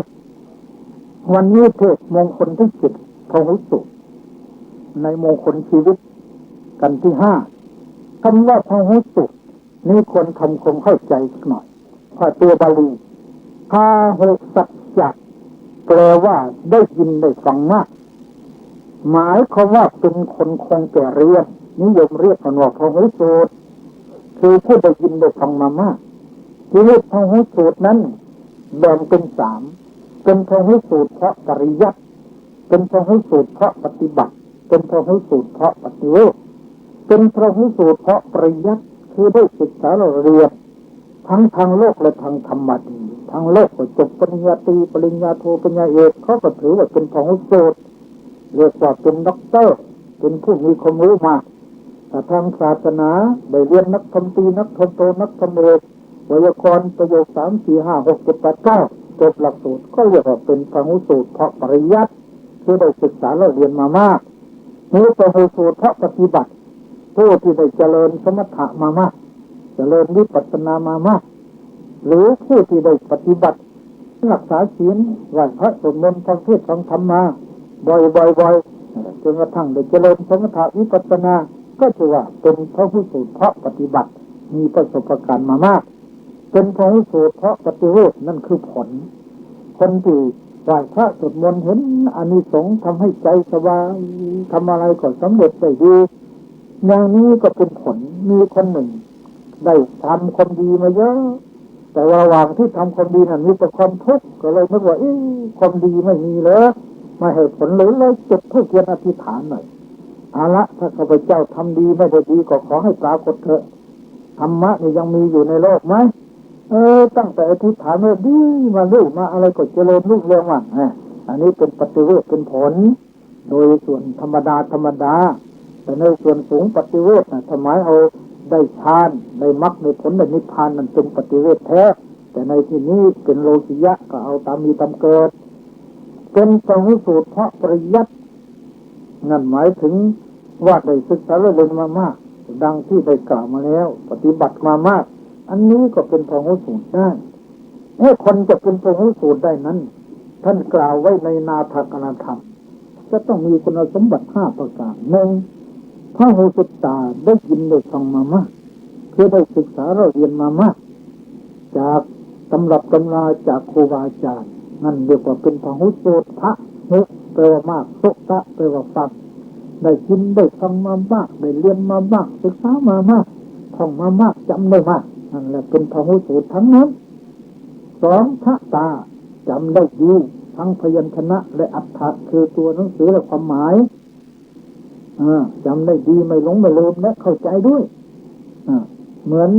ครั้งหนึ่งอาตมาไปพม่าไปอยู่พม่าปีหนึ่งเห็นท่านสอบพระไตรปิฎกกันโอวิจิตรวิสารถะรัฐบาลแห่รอบเมืองกันกุ้งเสร็จแล้วตกแต่งธรรมะตกแต่งศาลาก็สวยได้เวลาก็นิมนต์ท่านขึ้นนั่งธรรมะพระมหาเถระก็กางพระไตรปิฎกอภิธรรมปิฎกไว้องค์ละเล็ก4 องค์เลขานุการอยู่ข้างล่างท่านก็หลับตาว่าพระพิธรรมปิฎกด้วยปากเปล่าเดือนเสร็จจึงจบ12 เล่มเมื่อว่าจบท่องจบเสร็จแล้วก็ให้ท่านเขียนเป็นบางแห่งรู้แท้ไปให้เขียนตรงไหนท่านก็เขียนได้เขียนแล้วให้ท่านแปลถอดใจความว่าในนกเป็นนกแก้วนกขุนทองนั้นเข้าใจความหมายโดยท่านเข้าใจความหมายได้อย่างนี้สอบได้เรียกว่าเตปิฎกัตถะจบพระไตรปิฎกนี่คืออัฏฐะแล้วก็พยัญชนะต้องได้ทั้งสองอย่างได้ทั้งพยัญชนะคือตัวหนังสือเขียนถูกอักขระไม่วิบัติแล้วต้องเข้าใจความหมายด้วยอันนี้เป็นลักษณะของพหุสูตรข้อที่ 2ข้อที่ 3ยะสาปริกิตาคล่องปากหมายความว่าสามารถจะยกเหตุผลตัวอย่างหลักฐานมารับสมอ้างได้ทุกเวลาอย่างนี้เรียกว่าคล่องปากประการที่ 4มโนสานุติคิตาตามพิจารณาด้วยใจหมายความว่าได้ลงมือปฏิบัติธรรมมาเป็นอย่างดีแล้วข้อที่ 5ทิฏฐิยาสุปฏิวิทธาแทงตลอดด้วยปัญญาหมายความว่าเมื่อลงมือเจริญวิปัสสนาแล้วสามารถจะรู้แจ้งแทงตลอดปัจจุบันรูปนามพระไตรลักษณ์และมรรคผลนิพพานได้อย่างนี้เรียกว่าลักษณะของพหุสูตรเป็นพหุสูตรจริงๆต้องทรงคุณสมบัติถึง5 ประการนั่นแหละในทางศาสนาส่วนในทางโลกก็ยกไว้คนละส่วนอันนี้ว่าทางศาสนาที่ว่ามงคลชีวิตแท้ๆนะหมายความอย่างนี้แต่ว่าผู้ที่เป็นพหุสูตรในบาลีพระพุทธเจ้าท่านทรงสอนไว้ในนาถกาลนธรรมลักษณะของคนที่เป็นพหุสูตรนั้น 1. ศึกษาเราเรียนมามาก 2. เมื่อเรียนมากศึกษามากรู้มากแล้วต้องคัดเลือกต้องให้คัดเลือกให้เห็นว่าอันไหนงามในเบื้องต้นอันไหนงามในท่ามกลางอันไหนงามในที่สุดเมื่อเราคัดเลือกเราก็ได้เห็นว่าศีลงามในเบื้องต้นสมาธิงามในท่ามกลางปัญญางามในที่สุดเมื่อคัดเลือกเสร็จแล้วต้องสอบสวนทั้งอัฏฐะทั้งพยัญชนะเมื่อสอบสวนอัฏฐะคือความหมายพยัญชนะตัวหนังสือได้ดีแล้วถูกต้องแล้วจึงจะลงมือปฏิบัติตาม5 ข้อที่กล่าวมาเมื่อกี้นี้นั่นแหละเป็นลักษณะของพหุสูตรในพระไตรปิฎก 1. เราฟังมากเรียนมากอ่านหนังสือมากดูมาก 2. เราก็ต้องสอบสวนว่าคำสอนทั้งหมดที่เราเรียนมานั้นอันไหนงามในเบื้องต้นงามในเบื้องต้นคืออะไรได้แก่อะไรก็ได้แก่ศีลงามในท่ามกลางได้แก่อะไรได้แก่สมาธิงามในที่สุดได้แก่อะไรได้แก่ปัญญาถ้าจะสอบสวนละเอียดลงไปอีกมรรคหายไปไหนเราก็อาจจะหาคัดเลือกไปอีกว่าศาสนานี้งามในเบื้องต้นด้วยสมาธิงามในท่ามกลางด้วยปัญญางามในที่สุดด้วยมรรคเกิดปัญหาขึ้นมาอีกผลหายไปไหนเราก็ตั้งต้นใหม่งามในเบื้องต้นด้วยมรรคงามในท่ามกลางด้วยปัญญางามในที่สุดด้วยผลนิพพานหายไปไหนเราก็ตั้งต้นใหม่งามในเบื้องต้นด้วยมรรคงามในท่ามกลางด้วยผลงามในที่สุดด้วยนิพพานพูดถึงความงามแท้ๆก็เป็นชั้นอย่างนี้แหละอันนี้เราคัดเลือกทีนี้เมื่อคัดเลือกอย่างนี้แล้วเราจึงจะต้องสอบสวนทั้งอัฏฐะทั้งพยัญชนะทั้งตัวหนังสือหลักฐานเหตุผลต่างๆจนแล้วจงลงมือปฏิบัติก่อนจะปฏิบัติก็ต้องได้องค์ 5 1. ฟังจากครูบาอาจารย์ให้มาก 2. ต้องท่องต้องจำจากครูบาอาจารย์ให้ได้ 3. ต้องให้คล่องปาก 4. ต้องพิจารณาโดยใจเช่นอย่างเราจะเจริญกรรมฐานต้องเรียนให้มากจากอาจารย์ก่อน อาจารย์สอนให้เดินตรงขวาย่างหนอใส่หนอเราก็ต้องทำให้ถูกนี่เรียกว่าเรียนมากจากอาจารย์ทำให้ได้จำให้ถูกซะก่อนเดินจงกรมเดินอย่างไรขวาย่างหนอซ้ายย่างหนอเดินให้เป็นซะก่อนนี่เรียกว่าพหุสูตรเรียนให้มากจากอาจารย์ที่จำให้ได้เมื่อเรียนแล้วต้องจำพระตาต้องจำแล้วต้องคล่องปากด้วยหมายความว่าเดินเมื่อไรนั่งเมื่อไรถูกมั้ยนะเวลาเดินภาวนาว่าไงขวาย่างหนอซ้ายย่างหนอนั่งภาวนาพองหนอยหนอเอาใจไว้ที่ไหนเดินเอาใจไว้ส้นเท้านั่งเอาใจไว้ท้องพองยกถ้าเห็นกำหนดตรงไหนทางตาภาวนาไงเห็นหนอทางหูทางในได้ยินหนอได้ว่าคือคล่องอย่างนี้ท่านเรียกว่าทักตาจำได้ด้วยวัจสาปริจิตาคล่องปากด้วยเนี่ยก่อนจะปฏิบัติหนึ่งจะต้องเรียนจากครูอาจารย์สองจะต้องจำไว้สามจะต้องให้คล่องปากคือมนสานุปปิตาจะต้องพิจารณานึกคิดหมายความให้มันถึงที่เกิดของรูปและนามเช่นเดินจงกรมเนี่ยขวาย่างหนอเอาใจไว้ตรงไหนเอาไว้ที่ส้นเท้าแล้วพร้อมด้วยองค์องค์สามหนึ่งตั้งใจสองคอยจ้องสามคอยจับอย่างนี้จึงจะได้ผลนี่เรียกว่ามนาสานุตุขิตาตามพิจารณาด้วยใจห้าทิฏฐิยาสุปฏิยุทธาเมื่อลงมือปฏิบัติได้อย่างนี้จึงจะแทงตลอดด้วยทิฏฐิคือปัญญาสามารถจะเห็นปัจจุบันแยกโลกแยกนามเห็นพระไตรลักษณ์เห็นมรรคผลนิพพานได้อย่างนี้ก็เรียกว่าทิฏฐิยาสุปฏิยุทธานี่แหละเป็นลักษณะของพหุสูตรแท้ในพระพุทธศาสนาบางทีธรรมะก็เป็นประโยชน์ต่อกันทั่วไปแม้ในทางโลกก็เหมือนกันถ้าเราศึกษาเราเรียนเอามาประยุกต์เข้ากันก็เป็นประโยชน์ได้เอายกตัวอย่างเช่นอย่างคำว่าปรมาณูในทางโลกที่เขาไอน์สไตน์ค้นพบสูตรปรมาณูอย่างนี้เมื่อเราได้ทราบคำว่าปรมาณูในพระพุทธศาสนาก็มีคำว่าปรมาณูท่านก็ว่าไว้แล้วตั้งแต่ธัญมาศเมล็ดข้าวเปลือกหนึ่งเมล็ดข้าวเปลือกมีเท่ากับ7โอกา7หัวเลนหนึ่งหัวเลนเท่ากับ7ลิกขาลอยขีด1ลิกขาเท่ากับ36รัฐาลีโน1รัฐาลีโนกับ36ตัชชารี1ตัชชารีก็36อนู1อนูเท่ากับ36ปรมาณู1เม็ดปรมาณูมีอยู่8อย่างเรียกว่าอวินิโภครูปที่แยกกันไม่ได้ปฐวีอาโปติโชวาโนวันโนคทุโลซาปฐวีอาโปติโชวาโยวันโนคันโทรสุโอชาอย่างนี้แหละเรียกว่าวิทยาศาสตร์ก็เข้ามาเข้ากับพุทธศาสตร์เมื่อเราศึกษาอย่างนี้ก็เป็นพหุสูตรทั้งโลกทั้งธรรมก็มาเข้ากันได้อย่างนี้ก็ใช่เป็นพหุสูตรประยุกต์เข้ากันได้ก็ดีโอคำว่ามงคลชีวิตเราแก่คนศึกษาเราเรียนมามากคนมีความรู้มากจะอยู่ที่ไหนก็เป็นประโยชน์ต่อสังคมทางนั้นแต่ต้องใช้ความรู้ให้เกิดแต่บางคนความรู้ถ่วมหัวเอาตัวไม่รอดก็มีบางทีพูดก็ไม่ค่อยเป็นทั้งที่มีความรู้เขียนหนังสือก็ไม่ค่อยเด็ดคือพูดให้คนขวัญผาซากไม่ค่อยมีความเยื่อใยในคนเดินเขาในบทตัวมีความรู้มากอย่างนี้มันก็ใช้ไม่ถูกเหมือนกันก็ต้องให้เกินเอาความรู้ที่เรียนมาแล้วมาใช้มันเป็นประโยชน์ต่อสังคมต่อตัวเองด้วยพูดแต่รู้มากอะไรพูดเพราะอะไรก็ยิ่งเป็นประโยชน์ทั้งนั้นเพราะคนฟังก็โอ้ยสมกับที่ได้มีความรู้มาแต่บางคนมีความรู้พูดคนก็ไม่ค่อยเป็นมีแต่ค่อยขัดค่อยขวางโอ้เขาทำอะไรก็มีแต่ผิดหมดเลยมันก็ไม่ดีเหมือนกันดังนั้นเมื่อเรามีวิชาความรู้ดีแล้วการงานเราก็เจริญรุ่งเรืองโบราณท่านว่าการเรียนเพียรยิ่งแล้วเกิดความรู้รู้เลิศเกิดกิจการตามเพราะรู้การจิตผลผลงามคือทรัพย์สมบัตินาทรัพย์เที่ยวอำนวยคู่ขอให้สุขเกษมอันนี้ก็เพราะผลของการเรียนคนที่ด้อยถอยจากคาถาก็เสียค้านเขาจิตไม่คิดหาไม่ฝึกหัดดัดแปลงแต่งปัญญาขาดวิชาขาดทรัพย์ทางนิดอันนี้ทางความขี้เกียจทั้งไม่มีความรู้นิดก็ไม่มีเงินก็ไม่มีความรู้ก็ไม่มากงานก็หายากตรงกันข้ามแต่คนมีความรู้เป็นพหุสูตรท่านก็กล่าวว่าตรงกันข้ามที่คนที่สูงสัตย์อคทานสถานชื่อ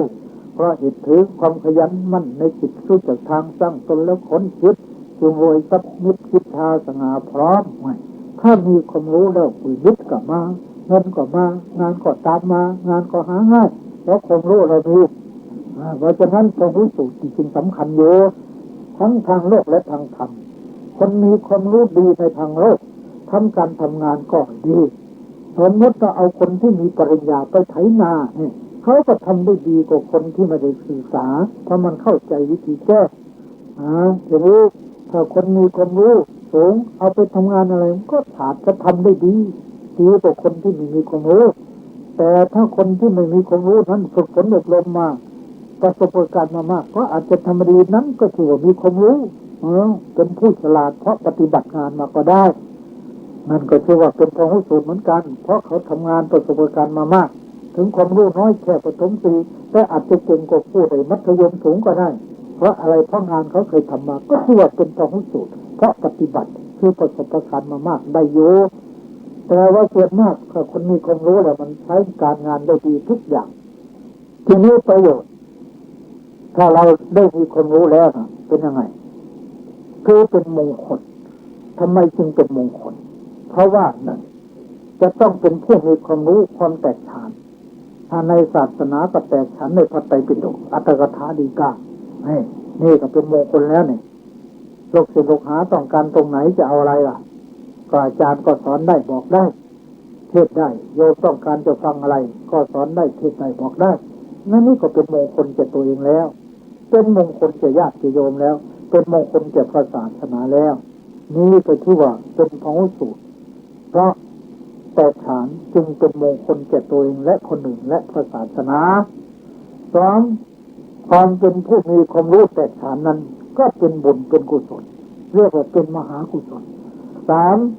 ทำให้เป็นคนเฉลียวฉลาดสามารถทางปริยัติและปฏิบัติสี่เป็นคนมีวิสารทัศน์แกล้วกล้าห้า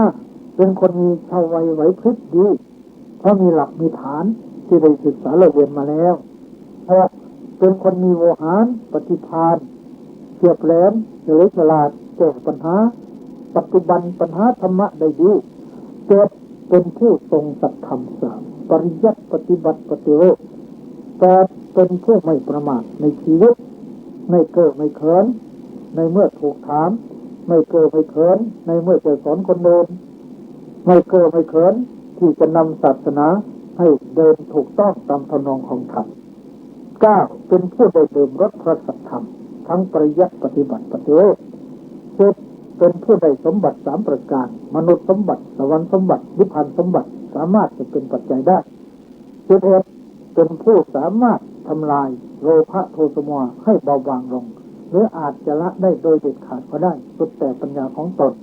12บริบูรณ์ด้วยลาภยศเสริญสุข13เป็นภาวะปัจจัยให้สิ้นภพสิ้นชาติ14เป็นเหตุเป็นปัจจัยให้อยู่เย็นเป็นสุขทั้งในโลกนี้และโลกหน้าตัวอย่างประกอบอธิบายในเรื่องนี้คือหนึ่งเรื่องพระอานนทเถระพระอานนทเถระท่านเป็นผู้ที่ได้ศึกษาเรียนมามากจนถึงกับพระพุทธเจ้าทรงยกย่องสรรเสริญว่าท่านเป็นผู้เลิศกว่าภิกษุทั้งหลายในทางพหุสูตร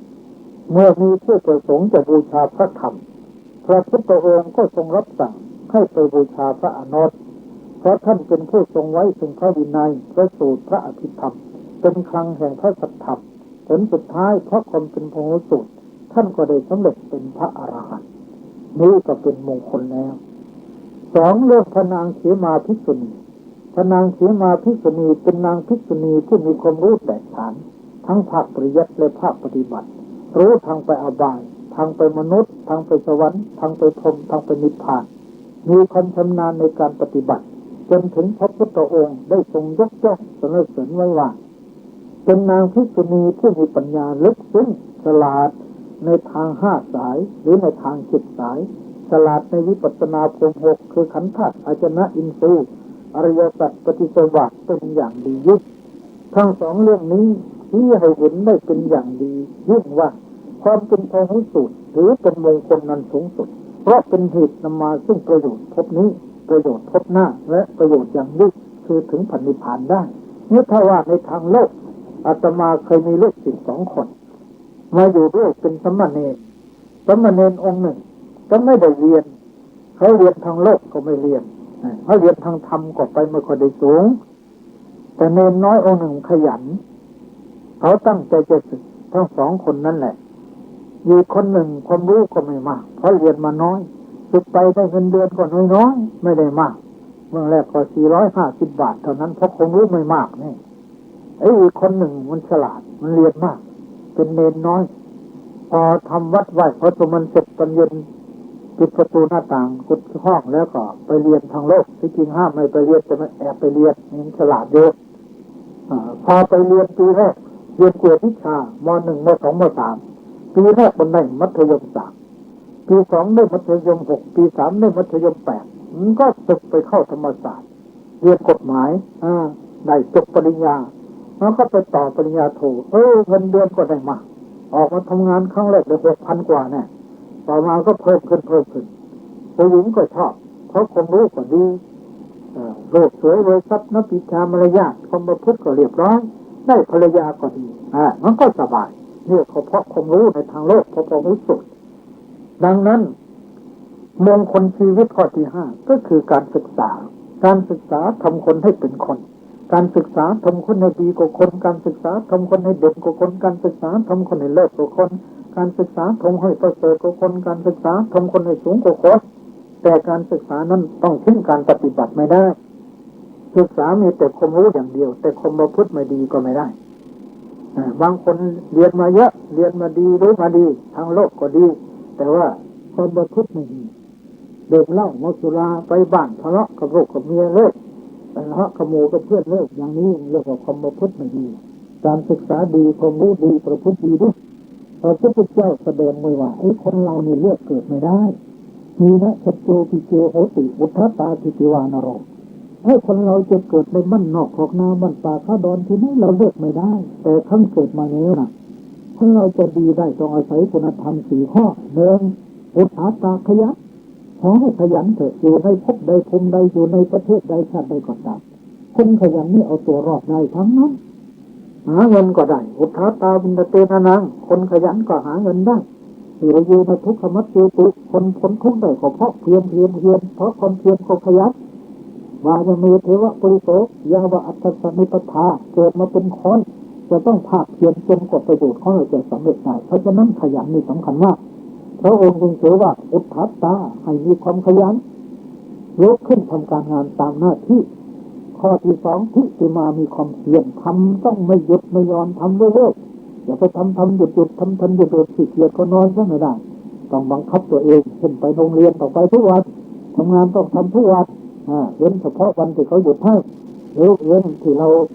ไม่อยู่เย็นเป็นสุขเราไม่สบายก็ได้แต่ธรรมดาต้องพยายามทำทุกวันเพราะเราใช้ทุกวันเราอยู่เรากินเราทานทุกวันเราฝึกตรงนั้นได้มันก็ดีเพิ่มข้อที่3อาจาระมารยาทอันนี้สำคัญมาก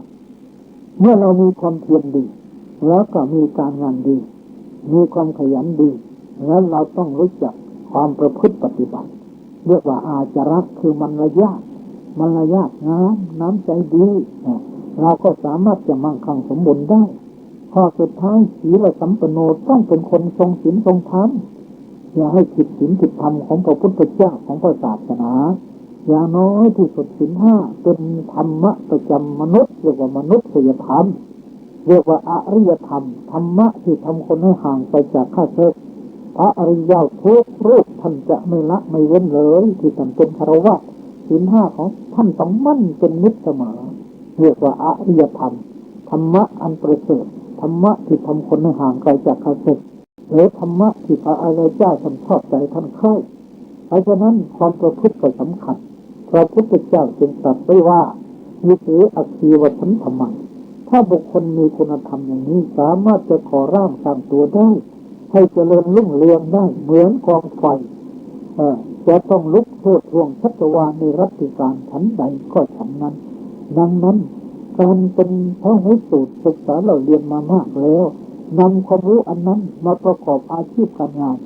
เลี้ยงครอบครัวเลี้ยงตัวเองประกอบการงานเพื่อประโยชน์แก่ประเทศชาติศาสนาตนเองก็มีศีลมีธรรมอย่างนี้สามารถจะนำครอบครัวนำสำเภาทองนำบ้านนำเมืองของตัวเองให้เจริญรุ่งเรืองได้เหมือนกองไฟใหญ่ในรัติการดังที่ได้แสดงมานี้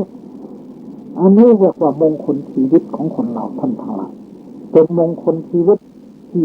5เป็นกันที่5แต่เป็นข้อที่7ของมงคล 38แต่ว่าที่เราต้องเลือกมงคลชีวิตที่เป็นกันที่5ท่านสาธุชนผู้ใจบุญทั้งหลายทั้งนี้ยังไม่พอก็อยากจะพรรณนาถึงเรื่องการศึกษาอันเป็นมงคลชีวิตพระพุทธเจ้าท่านสรรเสริญไว้มากมากในนาถกรณธรรมธรรมะอันเป็นที่พึ่งมีถึง10 อย่างในพระไตรปิฎกพระพุทธเจ้าก็ไม่เว้นการพหุสูตรคือการศึกษาจะในอังคุตนิกายพระสักนิบาตพระไตรปิฎกเล่มที่24หน้า27พระองค์ตรัสไว้ว่าที่พึ่งของคนเหล่านั้นมีถึง10 อย่างหนึ่งศีลว่าความเป็นผู้มีศีลนี่ก็เป็นที่พึ่งใดก็เข้ากันได้กับที่ว่าเมื่อกี้นี้1อุทธาตาขยัน2ทิฏฐิมามีความเพียร3อาจาระมีมารยาทดี4ศีลสัมปันโนมีศีลธรรมถือว่าเป็นที่พึ่งอันสูงในพระศาสนาศีลนี่สำคัญที่สุดเป็นชีวิตอันสำคัญเพราะว่ามันเป็นบุญเป็นกุศลอาทิศีลังปฏิภาจะกัลยาณันจะมาตุกันปมุขขังสัพพนามานังปัตตมาสีรังวิโชทะเยแปลว่าศีลนี่เป็นที่พึ่งเบื้องต้นถ้าคนเราขาดศีลไปแล้วก็เหมือนกันกับพื้นแผ่นดินที่ไม่มีพืชมีปุ๋ยอะไรจะปลูกลงได้มันเป็นเกลือเค็มทั้งหมดแล้วพวกอะไรก็ไม่ขึ้นเพราะมันขาดปุ๋ยชีวิตคนเหมือนกันถ้าคนขาดศีลแล้วคุณงามความดีทางหลายแหล่ก็เกิดขึ้นได้ยากมากเพราะอะไรพื้นฐานคือพื้นแผ่นดินไม่มีอาทิศีลังปฏิภาจะศีลนี่เป็นที่พึ่งเบื้องต้นอุปมาเหมือนกับพื้นแผ่นดินรองรับเอาผลหมากรากไม้ตลอดถึงรองรับเอารถราต่างๆรองรับบ้านช่องเรือนชานของคนให้อยู่เย็นเป็นสุขได้ก็เพราะพื้นแผ่นดินให้มีอยู่มีกินปลูกอะไรต่างๆเลยก็เพราะพื้นแผ่นดินให้มีน้ำไหลออกมาไม่อดไม่อยากก็พื้นแผ่นดินรองรับไว้ดังนั้นศีลก็เหมือนกันถ้าคนมีศีลแล้วความสงบกายสงบวาจาก็เกิดใจคอก็เยือกเย็นความเย็นอยู่เย็นเป็นสุขก็เกิดขึ้นแก่ตัวเองและครอบครัวตลอดถึงประเทศชาติศาสนาด้วยเราจะเห็นได้ว่าเพราะคนไม่มีศีลใช่ไหมอย่างบ้านเมืองเราเดือดร้อนคอยขี้คอยปล้นคอยกันเพราะขาดศีลถ้าทุกคนมีศีลไปแล้วการรบกวนกันเหล่านี้ก็มีศีลจึงเป็นที่พึ่งเบื้องต้นกัลยาณันจะมาตุกรรมและเป็นแม่ของความดีทั้งหลายความดีอื่นๆนอกจากศีลล่ะเช่นสมาธิเช่นปัญญาหรือขันติหิริโอตตัปปะเหล่านี้เป็นต้นเป็นความดีทั้งนั้นแต่ถ้าคนมีศีลแล้วเอาเรานี่ก็เกิดไม่ง่ายเพราะมันเป็นแม่ความดีเป็นแม่เกิดคอยชักเอาแต่ของดีๆเข้ามาในอัตถกถาธรรมบทท่านจึงกล่าวว่าขณะที่จิตคิดขึ้นในกุศลวิถีวิถีจิตที่เกิดขึ้นว่าจะไปรักษาศีลจะไปรับศีลนั่นแหละถ้าว่ามันมีธรรมะเกิดขึ้นถึง5 ประการแล้วศรัทธาก็เกิดนี่ก็เป็นบุญแล้วสัจจะก็เกิดนี่ก็เป็นบุญแล้วขันติก็เกิดนี่ก็เป็นบุญแล้วญาณก็เกิดนี่ก็เป็นบุญแล้วนั่นเกิดขึ้นเยอะหลายอย่างความเป็นคนบอดใจมืดก็หายไป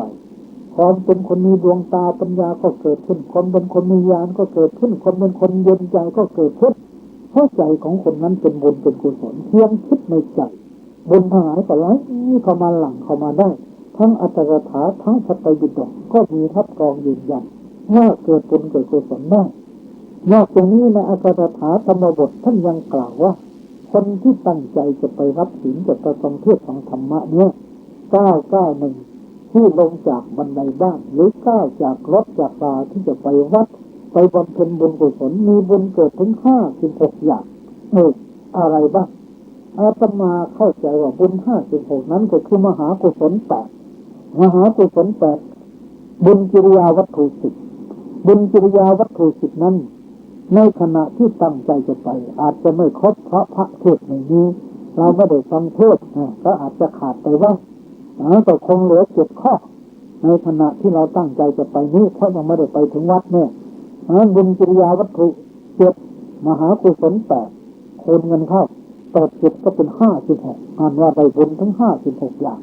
9เดียวที่ลงจากบันไดบ้านจะไปรับศีลจะไปฟังเทศน์จะไปวัดวาอารามนั่นแหละหรือจะไปทำบุญกันแล้วกันนะอันนี้จึงถือว่าเป็นที่พึ่งพระพุทธเจ้าตรัสว่าที่พึ่งนาถกรธรรมธรรมะธรรมให้เป็นที่พึ่งของคนมีอยู่10 อย่างศีลวาศีลเป็นที่พึ่งเบื้องต้นอาทิศีลังปฏิภาจะศีลเป็นที่พึ่งเบื้องต้นกัลยาณันจะมาตุกรรมเป็นแม่ของความดีทั้งหลาย ปมุขังสัพพธรรมานังเป็นประมุขประธานของธรรมะทั้งหลายแลตัสมาสีรังสีโซทะเยเพราะฉะนั้นทุกคนควรชำระศีลให้บริสุทธิ์สองพหุสัจจะนี่ที่นำมาบรรยายในที่นี้ความเป็นพหุสูตรได้ประดับตัดฟังมามากจึงถือว่าเป็นมงคลชีวิตอันสำคัญมากโลกทั้งหลายทั่วโลกเขาศึกษาเราเรียนจัดการศึกษากันทั่วไปเพราะการศึกษาทำคนให้เป็นคนดังที่กล่าวมาแล้วสามกัลยาณมิตรต่างความเป็นคนมีเพื่อนดีงามอันนี้ก็สำคัญผู้ที่จะพบธรรมะก็ต้องมีกัลยาณมิตรดีซะก่อนเหมือนพระอาทิตย์จะขึ้นไปสู่ขอบฟ้าเขาเขียวเราจะต้องไม่แสงอรุณเลิศอลามขึ้นมาก่อนชั้นใดก่อนชั้นนั้นคนจะพบธรรมะของพระเจ้าก็ต้องมีกัลยาณมิตรเป็นประการแรกภาษาลิบุตรก็ต้องพบกัลยาณมิตรพระราธะก็พบกัลยาณมิตรองค์ริมานก็ต้องพบกัลยาณมิตรจึงจะได้มรรคได้ผลในทานยศสักระบุก็เหมือนกันโสวัจจตาแล้วก็ต้องเป็นผู้ว่านอนสอนง่ายคนว่ายากสอนยากนี่ไม่มีใครต้องการลูกว่าอยากสอนยากพ่อแม่ก็ไม่ต้องการลูกศิษย์ว่าอยากสอนยากครูอาจารย์ก็ไม่ต้องการถ้าเห็นยินทีว่าอยากสอนยากสมพันธ์วัดก็ไม่ต้องการเพราะฉะนั้นโสวัจจตาคนเป็นคนว่านอนสอนง่ายก็เป็นบุญพึ่งอีกอันหนึ่งเป็นมงคลชีวิตอีกเหมือนกันข้อที่ห้าจิงกระเยโสทัศตาความขยันเพื่อเอาใจใส่ในกิจละของเพื่อนของหมู่ของคณะของส่วนรวมของประเทศชาติของศาสนาข้อที่หกธรรมกามตาความเป็นคนใคร่ต่อธรรมะที่ชอบธรรมะไม่เกลียดธรรมะธรรมเทศสีปราตโวถ้าคนเกลียดธรรมะมันนี่แต่ความเสื่อมธรรมะกามโมภวังโหตุคนใคร่ธรรมะนี่แต่ความเจริญนี่ก็เป็นที่พึ่งอันหนึ่งอันนี้ก็เป็นพหุสูตรอันนี้ก็เป็นมงคลชีวิตของเราได้ข้อที่เจ็ดวิริยะเพียรคือบักบั่นขยันไม่ท้อถอยเพื่อจะละความชั่วตามคุณงามความดีแกล้วกล้าองอาจสามารถทำอะไรทำจริงๆจังๆก็สำเร็จได้ข้อที่แปดสันโดษยินดีตามมีตามได้คำว่ายินดีในที่นี้สันโดษในที่นี้ให้พอใจในของที่ตนมีอยู่สมมติเรามีรถยนต์อยู่2 คันเราก็พอใจเท่านี้ก่อนถ้าอยากได้หาอันนี้เราสันโดษพอใจของที่มีอยู่และพอใจเท่าที่ได้มาเป็นเงินเดือนเราได้ 8,000 บาทพอใจใน 8,000 ถ้าอยากได้ขึ้นมากกว่านี้ขยันทำให้มันได้มากกว่านี้ไม่ได้ห้ามนั่นก็เรียกสันโดษพอใจในของที่มีอยู่พอใจในของที่ได้มาแล้วก็พอใจตามมีตามได้หมายความว่าไม่กระตือรือร้นกระวนกระวายจนเกินขอบเขตคือไม่อิจฉาตาร้อนคนอื่นเขายินดีตามโลกกระทำแปดมีลาภมียศสนเสริญก็ยินดีไปเมื่อลาภยศสนเสริญมีบัตรไปก็จะเดือดร้อนถึงฆ่าตัวตายกินยาตายอะไรนั่นเรียกว่าสันโดษในพระศาสนาก็ไม่ใช่หมายความว่าได้5 บาทได้10 บาทเอาซะ5ไม่ใช่หมายความอย่างนั้นได้100เอาซะ50ไม่ใช่หมายความอย่างนั้นอยากรวยก็หานั่นก็คือว่าสันโดษในพระศาสนาต้องเข้าใจให้ถูกด้วยนี้ก็เป็นมงคลชีวิตได้เหมือนกันสติคือจำการคิดทำและคำเดียวพูดได้สติมีลึกได้ก่อนทำก่อนพูดก่อนคิดอันนี้ก็เป็นมงคลชีวิตเป็นที่พึ่งทางใจเราจะทำอะไรต้องเคยควรให้ดีซะก่อนอย่านึกแต่เอาแต่ได้ต้องนึกถึงตรงกันข้ามด้วยบางทีเราคิดว่าจะได้แต่มันผิดก็มีเพราะฉะนั้นจึงต้องฟัง2 หูดู2 ตามอง2 แง่คืออย่านึกว่าจะไม่เป็นมันอาจจะเป็นไปได้สมมติว่าเราจะไปเรียนหนังสือเลยนึกว่าจะสอบได้ท่าเดียวแต่มันสอบตกก็ต้องคิดเผื่อบ้างจะไม่ได้มีเสียใจต่อภายหลังเดี๋ยวนึกว่าสอบได้ก็ได้มีนักเรียนลูกหลานของอาตมาเคยฝึกไปนี่จะไปเรียนกวดวิชาปีแรกก็ได้ม.3 ปี 2ได้ม.6 ปี 3ได้ม.8ก็เวลาไปจริงๆไม่ได้ใจนึกหรอกดังนั้นเราก็มอง2 หูฟัง2 หูดู2 ตาฟัง2 แง่คืออย่าเอาท่าเดียวต้องนึกในจุดลบด้วยอย่าเอาบวกท่าเดียวนะเราต้องคิดอย่างนั้นด้วยเหมือนคนจุดเทียนไว้นั่นอย่านึกว่าเทียนนี่มันจะล้มไม่ได้ต้องนึกว่ามันอาจจะลบเราเผลออาจจะไม่บานไม่เรือนของเราได้เราจุดธูปไปก็เหมือนกันอย่านึกว่าธูปนี้มันจะไม่ล้มคนที่ถูกเทียนอะไรไม่บาดเผาบ้านของเมืองมีเยอะเพราะประมาทเพราะเผลอดังที่กล่าวมานี้นั้นสตินี่จึงนึกได้ก่อนทำก่อนพูดก่อนคิดคือความรอบคอบละเอียดละออถี่ถ้วนอันนี้ก็เป็นมงคลชีวิตได้นอกจากนั้นปัญญาอันนี้จำเป็นต้องใช้ทุกคนทุกแห่งพหุสูตรก็คือมีปัญญาคนมีปัญญาเรียกว่าเป็นพหุสูตร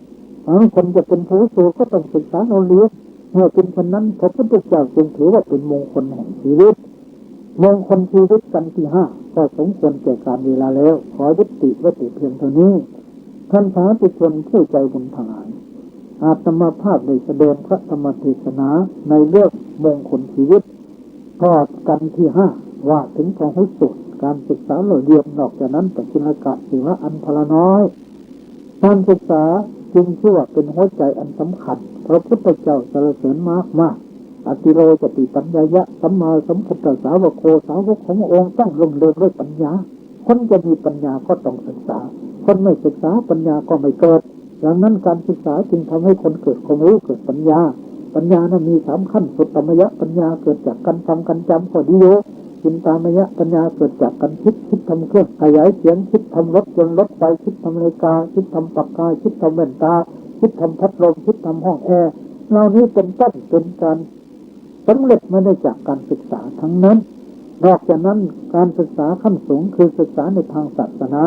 ได้แก่การศึกษาให้รู้พระสูตรพระในพระธรรมและลงมือประพฤติปฏิบัติเจริญสมถะวิปัสสนานั่นก็เป็นการศึกษาเพื่อให้เกิดปัญญาขั้นภาวนามยปัญญาเมื่อเรามีปัญญา3ขั้นสุตตมยปัญญาจินตามยปัญญาภาวนามยปัญญาก็ชื่อว่าเรามีการศึกษาสมบูรณ์แบบแล้วเราซึ่งคดีโลกและคดีธรรมสามารถจะนำตัวเองครอบครัวประเทศชาติศาสนาให้เจริญรุ่งเรืองดูในความเยือกเย็นไม่มีภัยไม่เวรแก่ใครได้เพราะมีทั้ง2ประการทั้งภาคทฤษฎีและภาคปฏิบัติอย่างนี้ส่วนเป็นพหุสูตรแท้เป็นมงคลนันสูงสุดในศาสนาแสดงพระธรรมเทศนาในเรื่องมงคลชีวิตกันที่5สมควรแก่การเวลาแล้วขอยุติไว้แต่เพียงเท่านี้เทศนาประโยชน์สันนิในวสานกันเป็นในสิ่งสุดยุติลงแห่งการแสดงพระธรรมเทศนานี้พระพุทธานุภาเวนะด้วยอนุภาพแห่งคุณบสีรัตนตรัยอติไสยมุญเจตแต่กุศลสมบัติอนวัตจิตธรรมามิตรสักการะบูชาที่ตำในบำเพ็ญมาขอจงเป็นภวะปัจจัยเป็นตบะเดชะพวกต้องรักษาทุกท่านให้อยู่เย็นเป็นสุขหายทุกข์ให้โศกให้โรคให้ภัยเจริญในลาภยศอายุพันนะสุขภละปฏิพันธ์ธรรมสารสมบัติตลอดการเป็นนิจมีดวงจิตสถิตมั่นอยู่ในสัจธรรมนำตนให้พ้นทุกข์ถึงสุขกันไพบูลย์กล่าวคือมรรคผลนรพานด้วยกันทุกท่านเถิดยะถาวะเรวะหาภูราปริปุเรนติสากรังเอวเมวะอิโตตินังเจตานังอุปกัปปติอิจิตังปจิตังตุมหังคิปะเมวะสมิจจตุสัพเพปุเรนตุสังกัปปาจันโทปนรโสยถามะนิโชติรโสยถาสัพพิติโยวิวัชชันโตสัพพโรโควินัสตุมาเตภวัตวันตรายโยสุขีที่ข้ายุโกภวะอภิวาทนาสีลิสนิจจังมุทธาปชายโนจัตตารโอธรรมาวัฏฐันติอายุวันโนสุขังภะลัง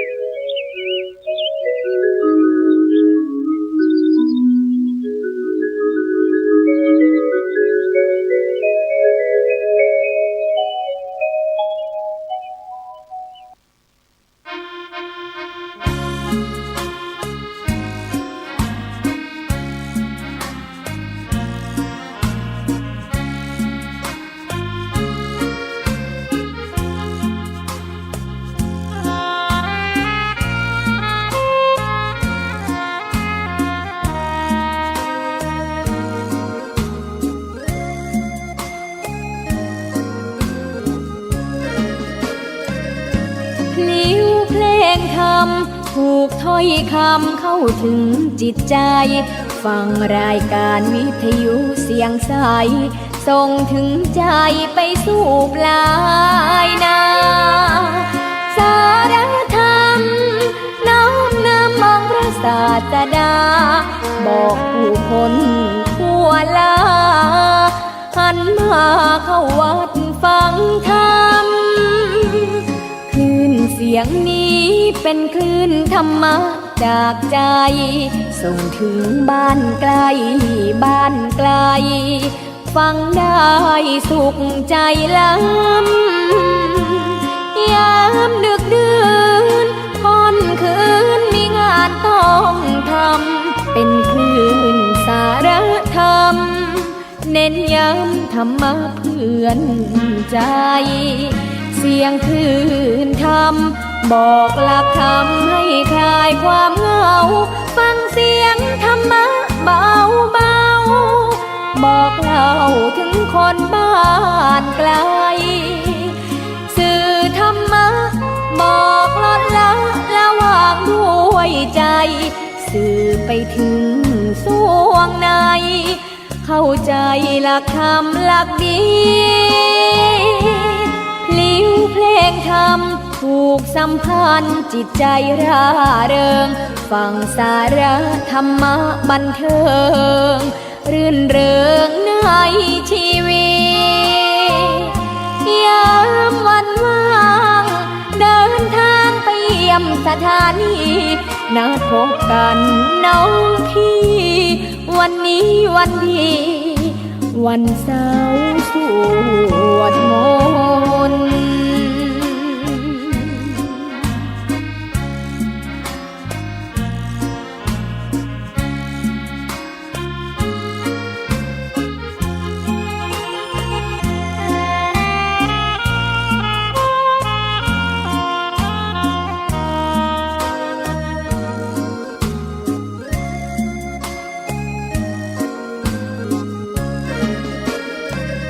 เสียงคลื่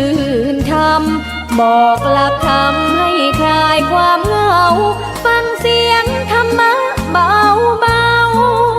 บอกเล่าถึงคนบ้านไกลสื่อธรรมะบอกลดละละวางด้วยใจสื่อไปถึงสวงในเข้าใจหลักธรรมหลักดีพลิ้วเพลงธรรมผูกสัมพันธ์จิตใจร่าเริงฟังสาระธรรมะบันเทิงรื่นเริงในชีวิตยามวันว่างเดินทางไปเยี่ยมสถานีนัดพบกันน้องพี่วันนี้วันดีวันเสาร์สวดมนต์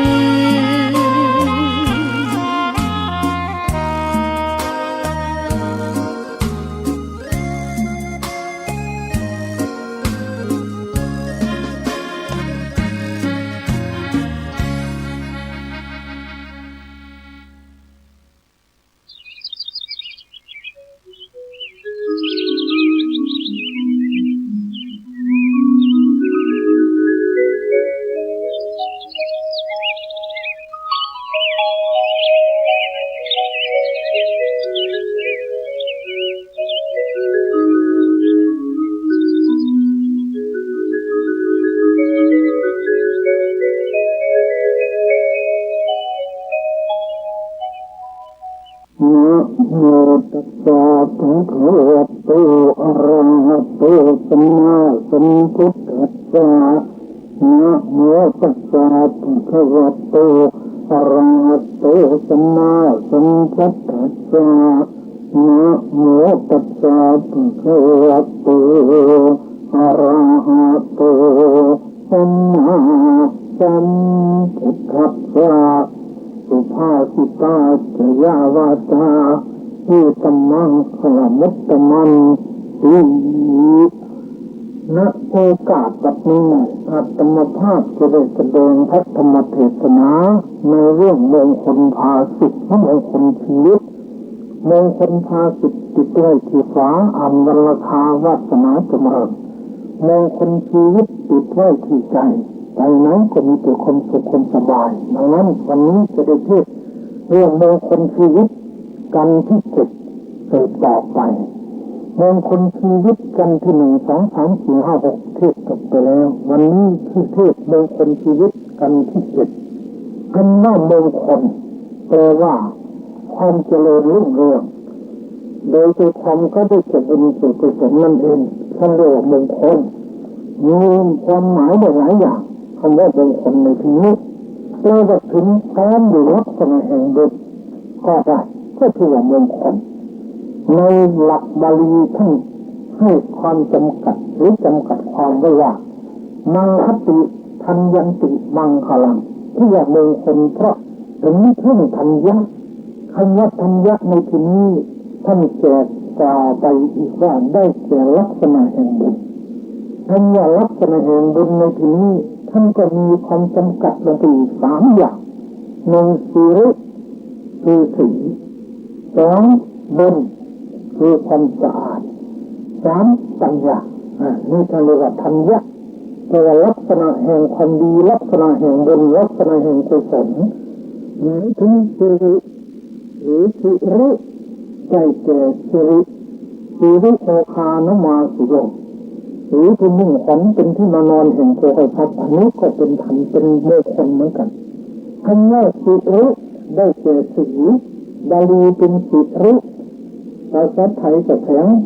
เอาเป็นสันสกฤตเป็นสีคำว่าสีก็ได้แก่ความเจริญรุ่งเรืองโดยสมบัติทั้งปวงสิริโภคานมาสุโยสีคือมุ่งขวัญเป็นที่มานอนแห่งโพธิสัตว์ทั้งหลายแต่หมายความว่าถ้าบุคคลใดมีสิริหรือมีสีแล้วบุคคลนั้นย่อมเจริญงามมีบุญมีรัศมีรุ่งเรืองมีความสุขสวัสดีมีสมบัติดุจเทวดายศทั้งหลายก็หลั่งไหลมาลาภทั้งหลายก็หลั่งไหลมาและที่หลั่งไหลมานั้นก็ล้วนแต่มีสมบัติดุจเทวดามีแต่ดีๆยศทั้งหลายก็หลั่งไหลมาและที่หลั่งไหลมานั้นก็ล้วนแต่ดีๆทั้งนั้นเป็นมีบริวารก็ดีมีสมบัติก็มากมีคนเคารพถือก็มากมีชื่อเสียงเช่นก็จนไปในทิศต่างหลายได้เป็นประมุขเป็นประธานเป็นใหญ่เป็นผู้นำโมคณะเป็นต้นนี่แหละคือสิริหรือสีนี่ก็เป็นมงคลทางนั้นแสงบุญได้เกิดผู้ดำเนินชีวิตไปในทางที่เป็นประโยชน์เกิดผลแก่ตนและคนอื่นดำเนินชีวิตไปในทางที่เป็นบุญเป็นกุศลหลีกเว้นอกุศลเสียห่างไกลจากบาปจากกุศลจากความชั่วนั่นแหละเขาเรียกว่าเป็นมงคลโดยองค์ธรรมก็ได้แก่การดำรงตนอยู่ในบุญกิริยาวัตถุ3หรือบุญกิริยาวัตถุ10อันนี้เขาเรียกว่ามงคล3คำว่ามงคลทำไมถึงปัญญาได้แก่เป็นผู้ประกอบด้วยความรู้ในการแสวงหาประโยชน์โลกนี้แสวงหาประโยชน์โลกหน้าแสวงหาประโยชน์อย่างยิ่งคือพระนิพพานนี้ก็เป็นมงคลคำว่ามงคลแปลว่าเป็นเครื่องถึงความบริสุทธิ์ของสัตว์ทั้งหลายนังบาลีว่ามังคันติสัตตาเอตุนสิทิงคัตถันติติมังคลังสัตว์ทั้งหลายย่อมถึงคือย่อมบรรลุความบริสุทธิ์ด้วยธรรมชาตินี้เพราะเหตุนั้นธรรมชาตินี้จึงเข้ามงคลคำว่าเครื่องถึงความบริสุทธิ์ในที่นี้ได้แก่ศีลสมาธิปัญญาคำว่าความบริสุทธิ์ในที่นี้ได้แก่ความสะอาดกายวาจาใจความสะอาดทางกายทางวาจาและทางใจจะเกิดขึ้นได้จากอาศัยศีลสมาธิปัญญาเป็นเครื่องนำพาไปนี่จะเป็นความหมายของคำว่ามงคล3คำว่ามงคลแปลว่าตัดผู้ยังสัตว์ให้ตายตัดผู้ยังสัตว์ให้ไปสู่อบายเลยแยกคำว่ามงคลออกเป็น3ศัพท์คือมะหรือมังศัพท์หนึ่งคะศัพท์หนึ่งละศัพท์หนึ่งซึ่งมีรูปศัพท์เป็นไปดังนี้คำว่ามะแปลว่าผู้ยังสัตว์ให้ตายยังหลักฐานว่ามาเรติสัตติติโมคือว่ามะเพราะอัตถวยังสัตว์ทั้งหลายให้ตายคือฆ่าสัตว์ทั้งหลายนั่นเอง2คะแปลว่ายังสัตว์ทั้งหลายให้ไปสู่อบายดังหลักฐานว่าคะเนติสัตติอปายันติโคคือว่าคะเพราะอัตถวยังสัตว์ทั้งหลายให้ไปสู่อบายอบายแปลว่าเสื่อมไม่เจริญภพมีถึง4อย่างคือนรกเปรตอสุรกายสัตว์เดรัจฉานเมื่อนำเอามะอักษรกับคะอักษรมาต่อกันเข้าได้รูปเป็นมังโคดังหลักฐานว่าโมจะโสโคจะติมังโคที่ว่ามังคะพระอัตถวาผู้ฆ่าสัตว์ทั้งหลายด้วยผู้ยังสัตว์ทั้งหลายให้ไปสู่อบายด้วยมีในหนึ่งคำว่ามังท่านเรียกว่าอบายก็มี มังหลักฐานเนี่ยมังวิจติอาจายังมังท่านเดียกอาบายหมายความว่าคำว่ามังในที่นี้ได้แก่อาบายทั้งสี่นั่นเองสังคัตฉันติทุจริตสมังคิสัตตาเอเกนติมังคังชื่อว่ามังคะเพราะอัตถะเป็นเครื่องไปเสียบายของสัตว์ทั้งหลายเพื่อพร้อมเพียงด้วยทุจริตปัญหาหมายความว่าสัตว์ที่ทำทุจริตมันก็ต้องไปเสียบายจึงไม่ถือว่ามังคังหรือมังคะในนี้คำว่าทุจริตแปลว่าความประพฤติชั่วได้แก่กายทุจริตสามวจีทุจริตสี่มโนทุจริตสามประพฤติชั่วทางกายฆ่าสัตว์รักทรัพย์ประพฤติผิดโดยมือประพฤติชั่วทางวาจาพูดเท็จพูดคำหยาบพูดส่อเสียดพูดเพ้อเจ้อประพฤติชั่วทางใจเลิกอยากได้ของเขาถือบาปจองร้านเขายิ้มผิดแต่ทำนองคลองธรรมเหล่านี้คือว่าความเชื่อส่วนคำว่ามังคังหรือมังคะในที่นี้ได้แก่อกุศลอกุศลก็คือบาปนั่นเองเอาละมาต่อให้ละตัววัฏตัดคือตัดผู้ฆ่าสัตว์ทั้งหลาย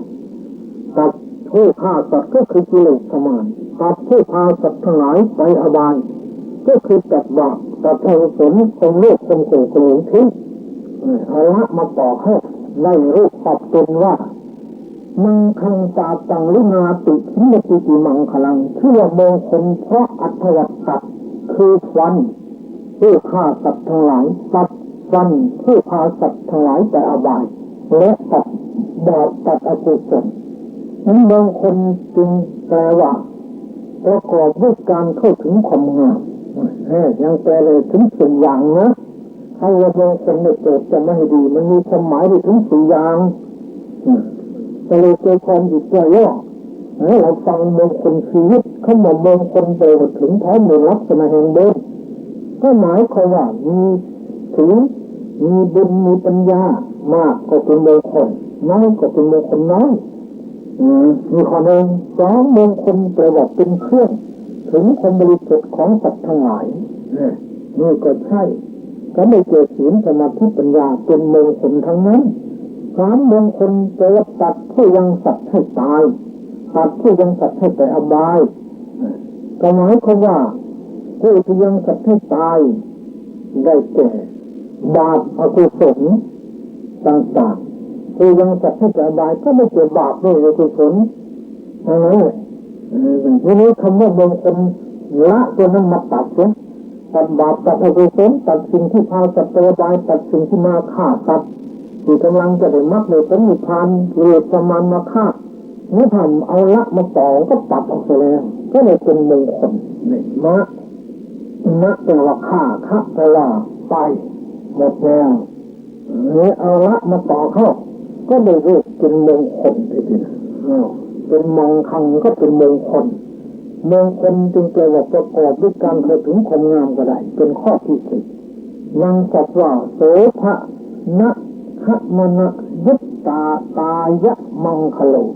ที่ว่ามงคลเพราะอัตถะประกอบด้วยการเข้าถึงความงามความงามในที่นี้ก็ได้ความงามทั้งสามประการงามในเบื้องต้นงามในท่ามกลางและงามในที่สุดงามในเบื้องต้นได้แก่งามด้วยประโยชน์โลกนี้และงามด้วยศีลงามในท่ามกลางได้แก่งามด้วยประโยชน์โลกหน้าและงามด้วยสมาธิงามในที่สุดได้แก่งามด้วยประโยชน์อย่างยิ่งและงามด้วยปัญญาคำว่ามงคลนั้นเมื่อเกิดสรุปเกิดความหรือเอาใจความย่อๆแล้วย่อมได้ความหมายดังนี้คือหนึ่งมงคลแปลว่าความดีความเจริญคือเจริญด้วยสติเจริญด้วยตนเจริญด้วยปัญญาสองมงคลแปลว่าเครื่องถึงความบริสุทธิ์ของคนทั้งหลายในเกิดศีลสมาธิปัญญาสามมงคลแปลว่าตัดฟันผู้ฆ่าสัตว์ทั้งหลายตัดฟันผู้ฆ่าสัตว์ทั้งหลายไปอบายนั่นแปลว่าตัดบาปตัดอกุศล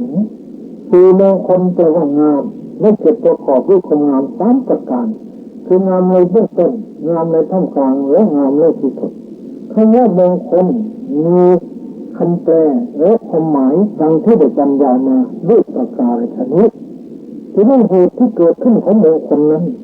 เพื่อสูตรต่างๆเช่นมงคลละสูตรเป็นต้นมีเหตุให้เกิดขึ้นอยู่สี่ประการคือหนึ่งอัตตชาสยาเกิดเพราะอัตยาศัยของตนเองเช่นเทวตานุปัสสนาสูตรเป็นต้นส สองปรัชชาตยาเกิดเพราะอัธยาศัยของผู้อื่นเช่นเมตตาสูตรเป็นต้นสามอัตคุปติกาเกิดเพราะเกิดเรื่องขึ้นเอรัคสูตรเป็นต้นสี่ปุจฉาวสิกาเกิดเพราะอำนาจแห่งคำถาม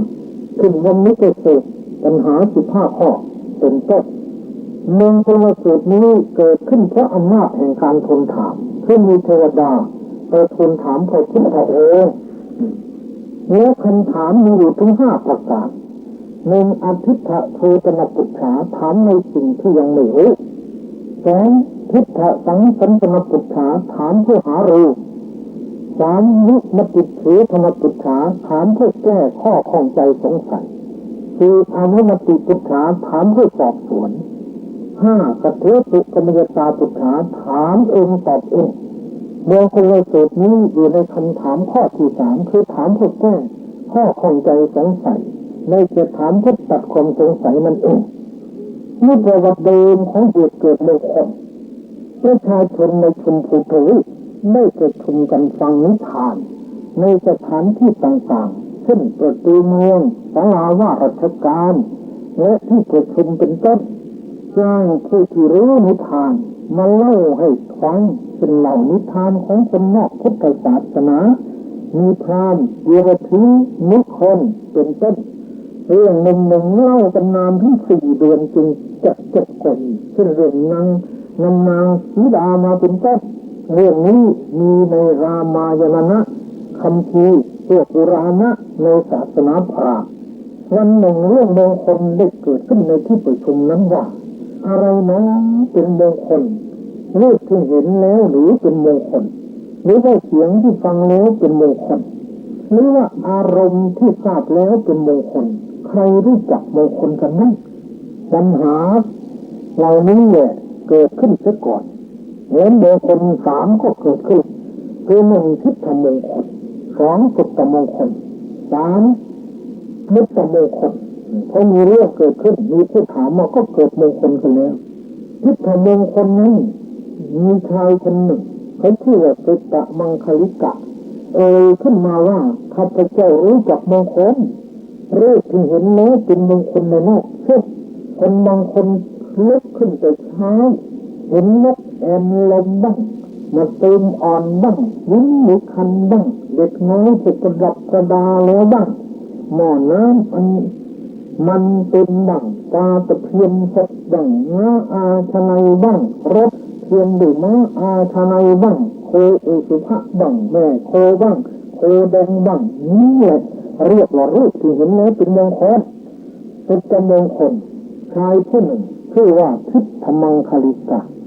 เมื่อฟังดังนั้นจึงกล่าวขึ้นว่าผู้เจริญขึ้นชื่อว่าตานี้ย่อมเห็นรูปละสะอาดบ้างไม่สะอาดบ้างดีบ้างไม่ดีบ้างน่าชอบใจบ้างไม่น่าชอบใจบ้างถ้าถือว่ารูปที่เห็นแล้วเป็นมงคลใช่ทุกสิ่งทุกอย่างก็จะต้องเป็นมงคลโดยหมด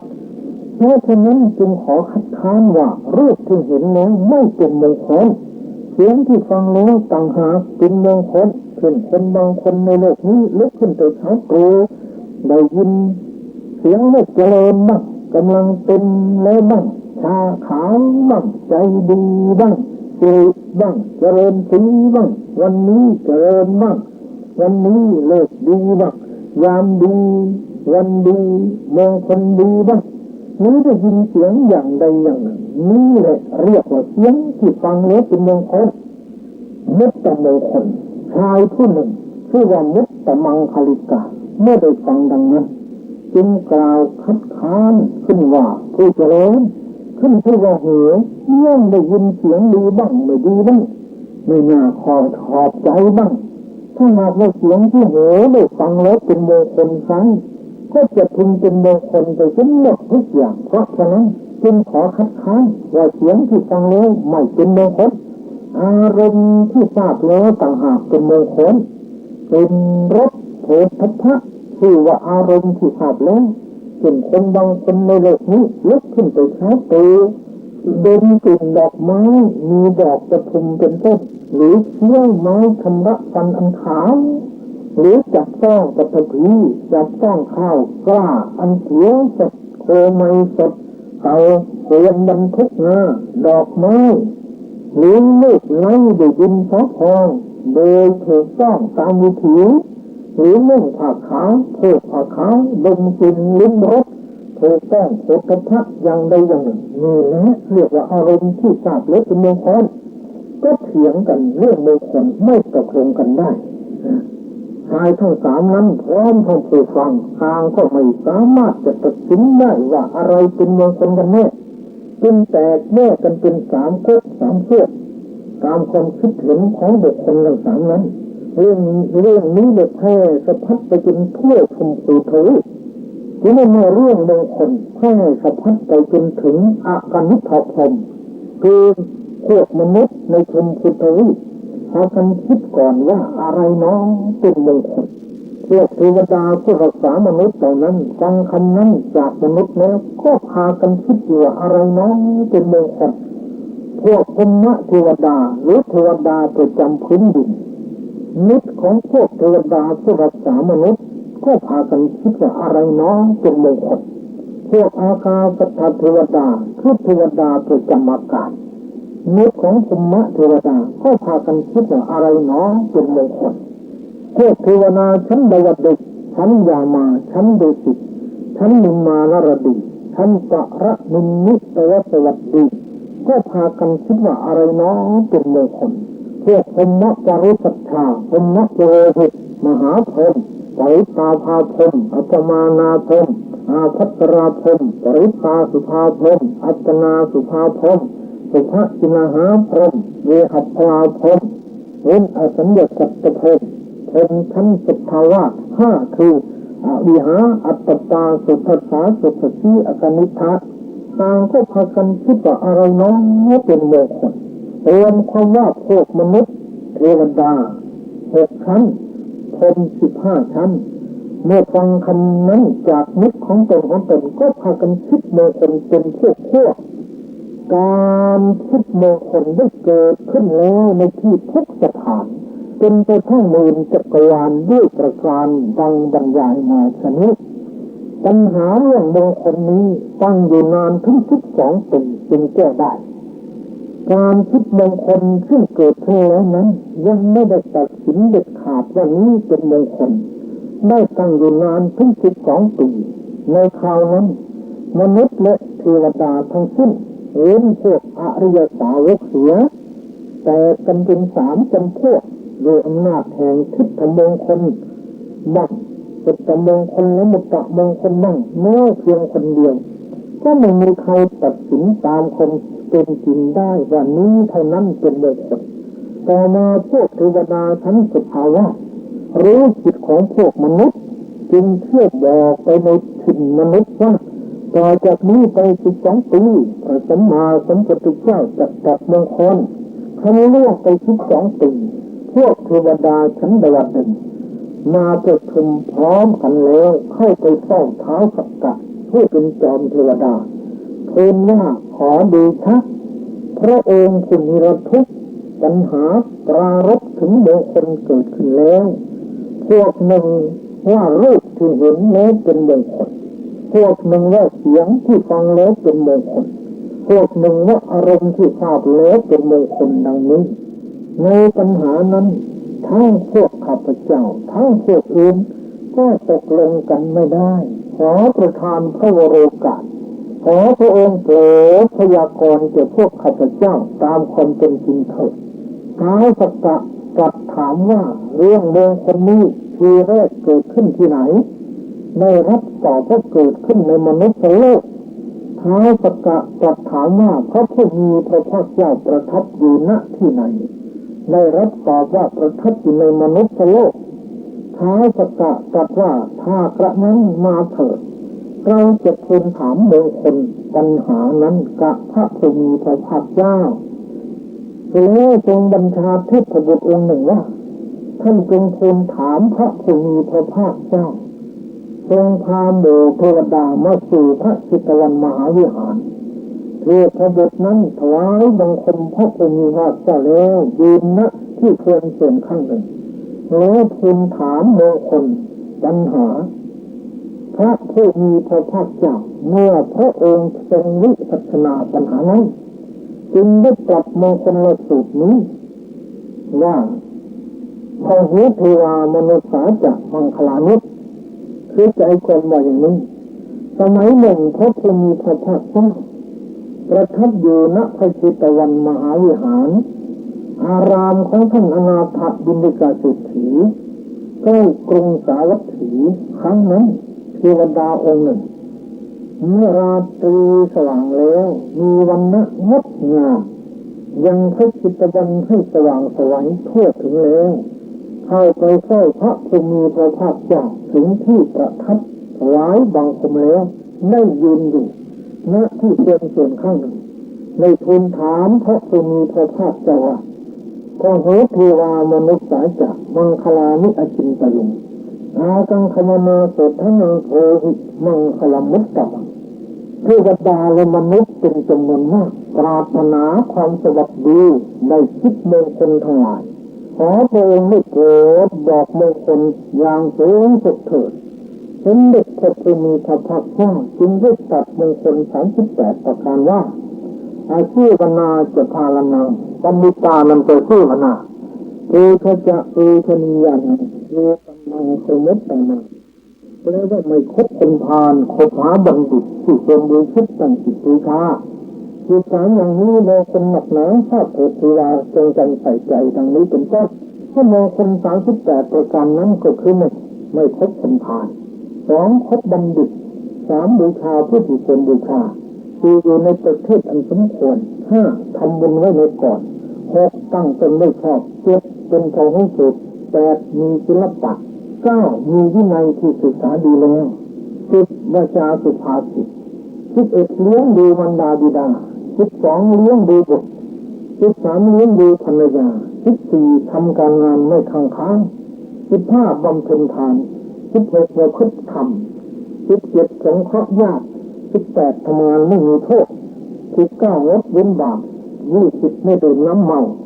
เพราะนั้นคนดื่มน้ำเมาไม่เป็นมงคล21ไม่ประมาท22มีสัมมาคารวะ23เพียรเกิด24สันโดษ25กตัญญู26ฟังธรรม27อดทน28สร้างงานสำนัก29พบปะสมณะ30สนทนาธรรม31บำเพ็ญตบะ32ประพฤติพรหมจรรย์33เห็นอริยสัจ34ทำนิพพานให้แจ้ง35จิตไม่หวั่นไหว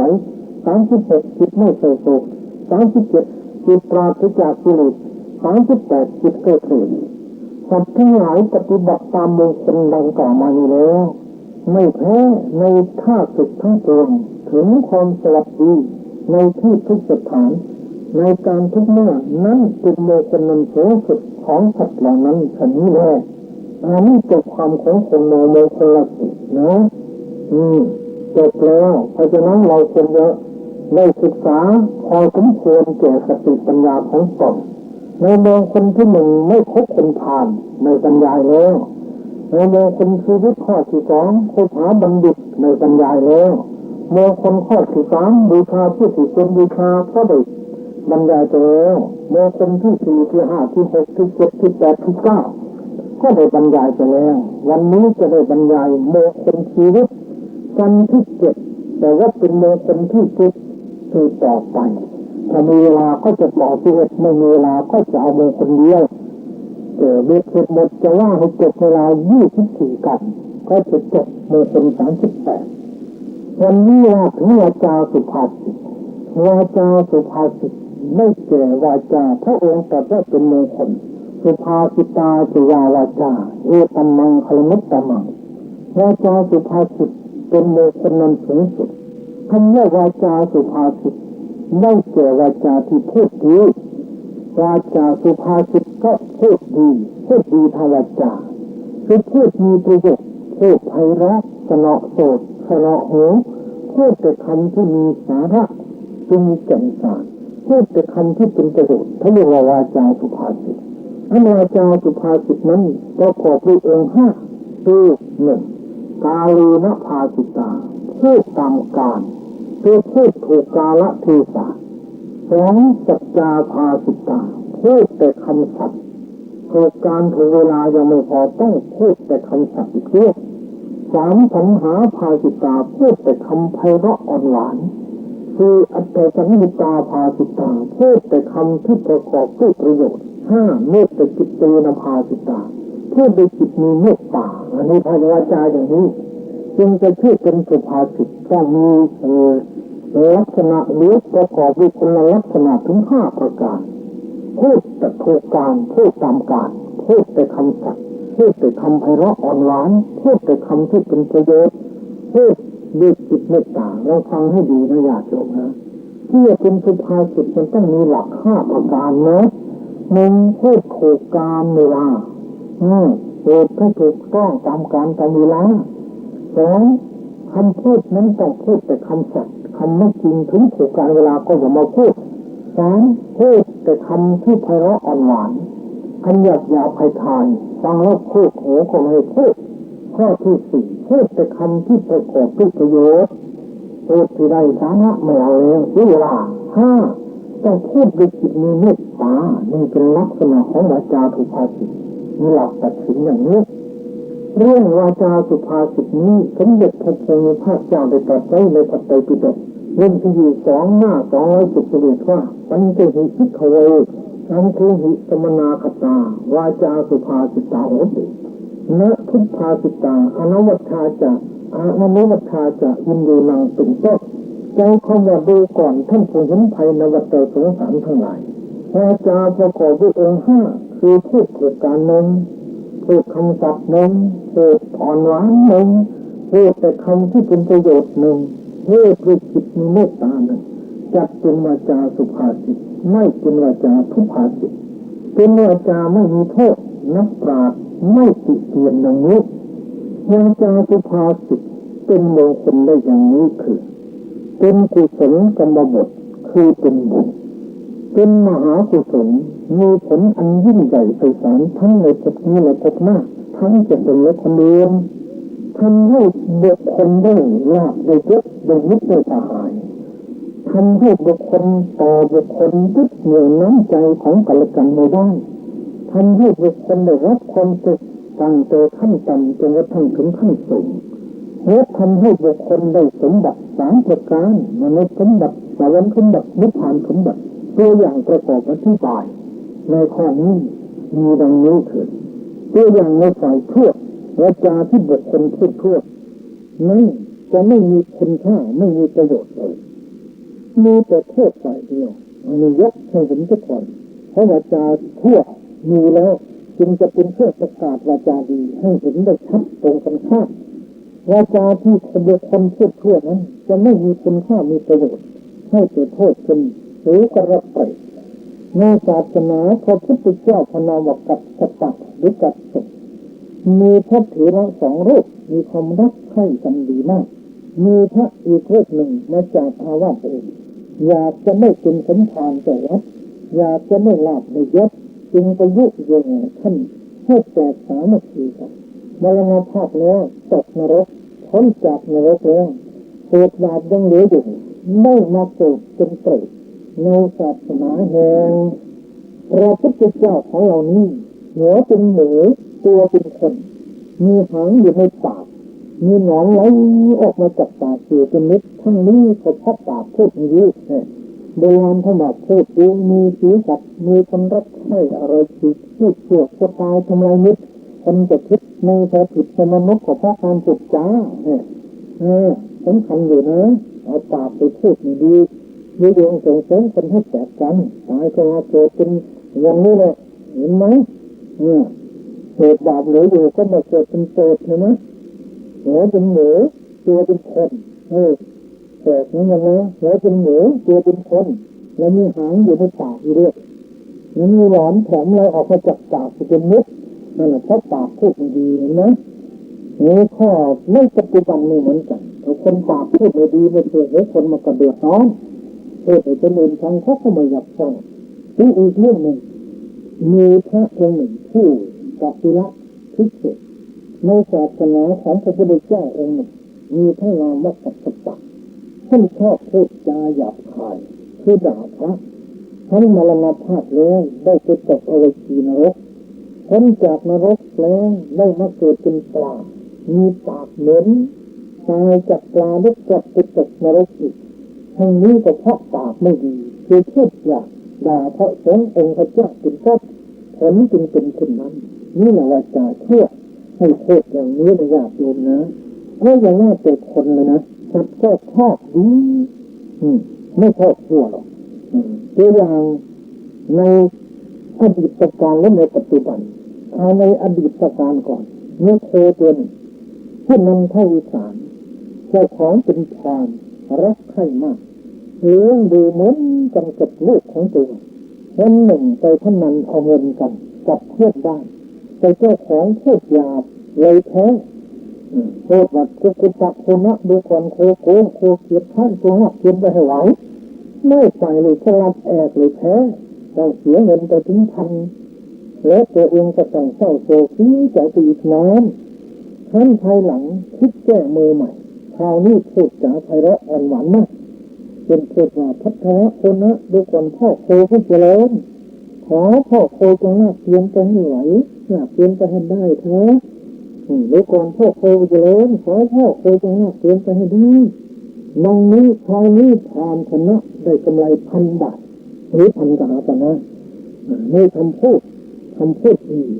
พูดไม่ดีก็เป็นอย่างนั้นพูดดีมีศีลศักดิ์มีคนรักรบใคร่อะไรจิตเชื่อจะตายทำลายมุดคนจะคิดในมนุษย์แต่เพราะความจดจ้าสำคัญอยู่ที่การพูดนะเพราะฉะนั้นสมเด็จพระสัมมาสัมพุทธเจ้าจึงได้ตรัสสอนไว้ว่ามะนันยะเมวะภาสัญญะเป็นต้นจงเคารพบุคคลพึงกล่าวพึงพูดแต่ทำเป็นที่เจริญใจเท่านั้นไม่พึงกล่าวไม่พึงพูดทำไม่เป็นที่เจริญใจในการไหนเลยคนกล่าวแต่คำที่เป็นธรรมคนพูดแต่คำที่เป็นธรรมกล่าวแต่คำเป็นที่รักพูดแต่คำเป็นที่รักกล่าวแต่คำสัตย์พูดแต่คำสัตย์ดังนี้เป็นต้นทีนี้ลองนึกดูอีกทีนึงแต่พูดดีเลยนะมีโยมแม่ของอาตมาวันหนึ่งออกพรรษาโยมเขาทำบุญกฐินกำลังทำเป็นวันรวมเลยกำลังที่น้องๆมาร่วมกันพูดจัดต้นกฐินในต่าง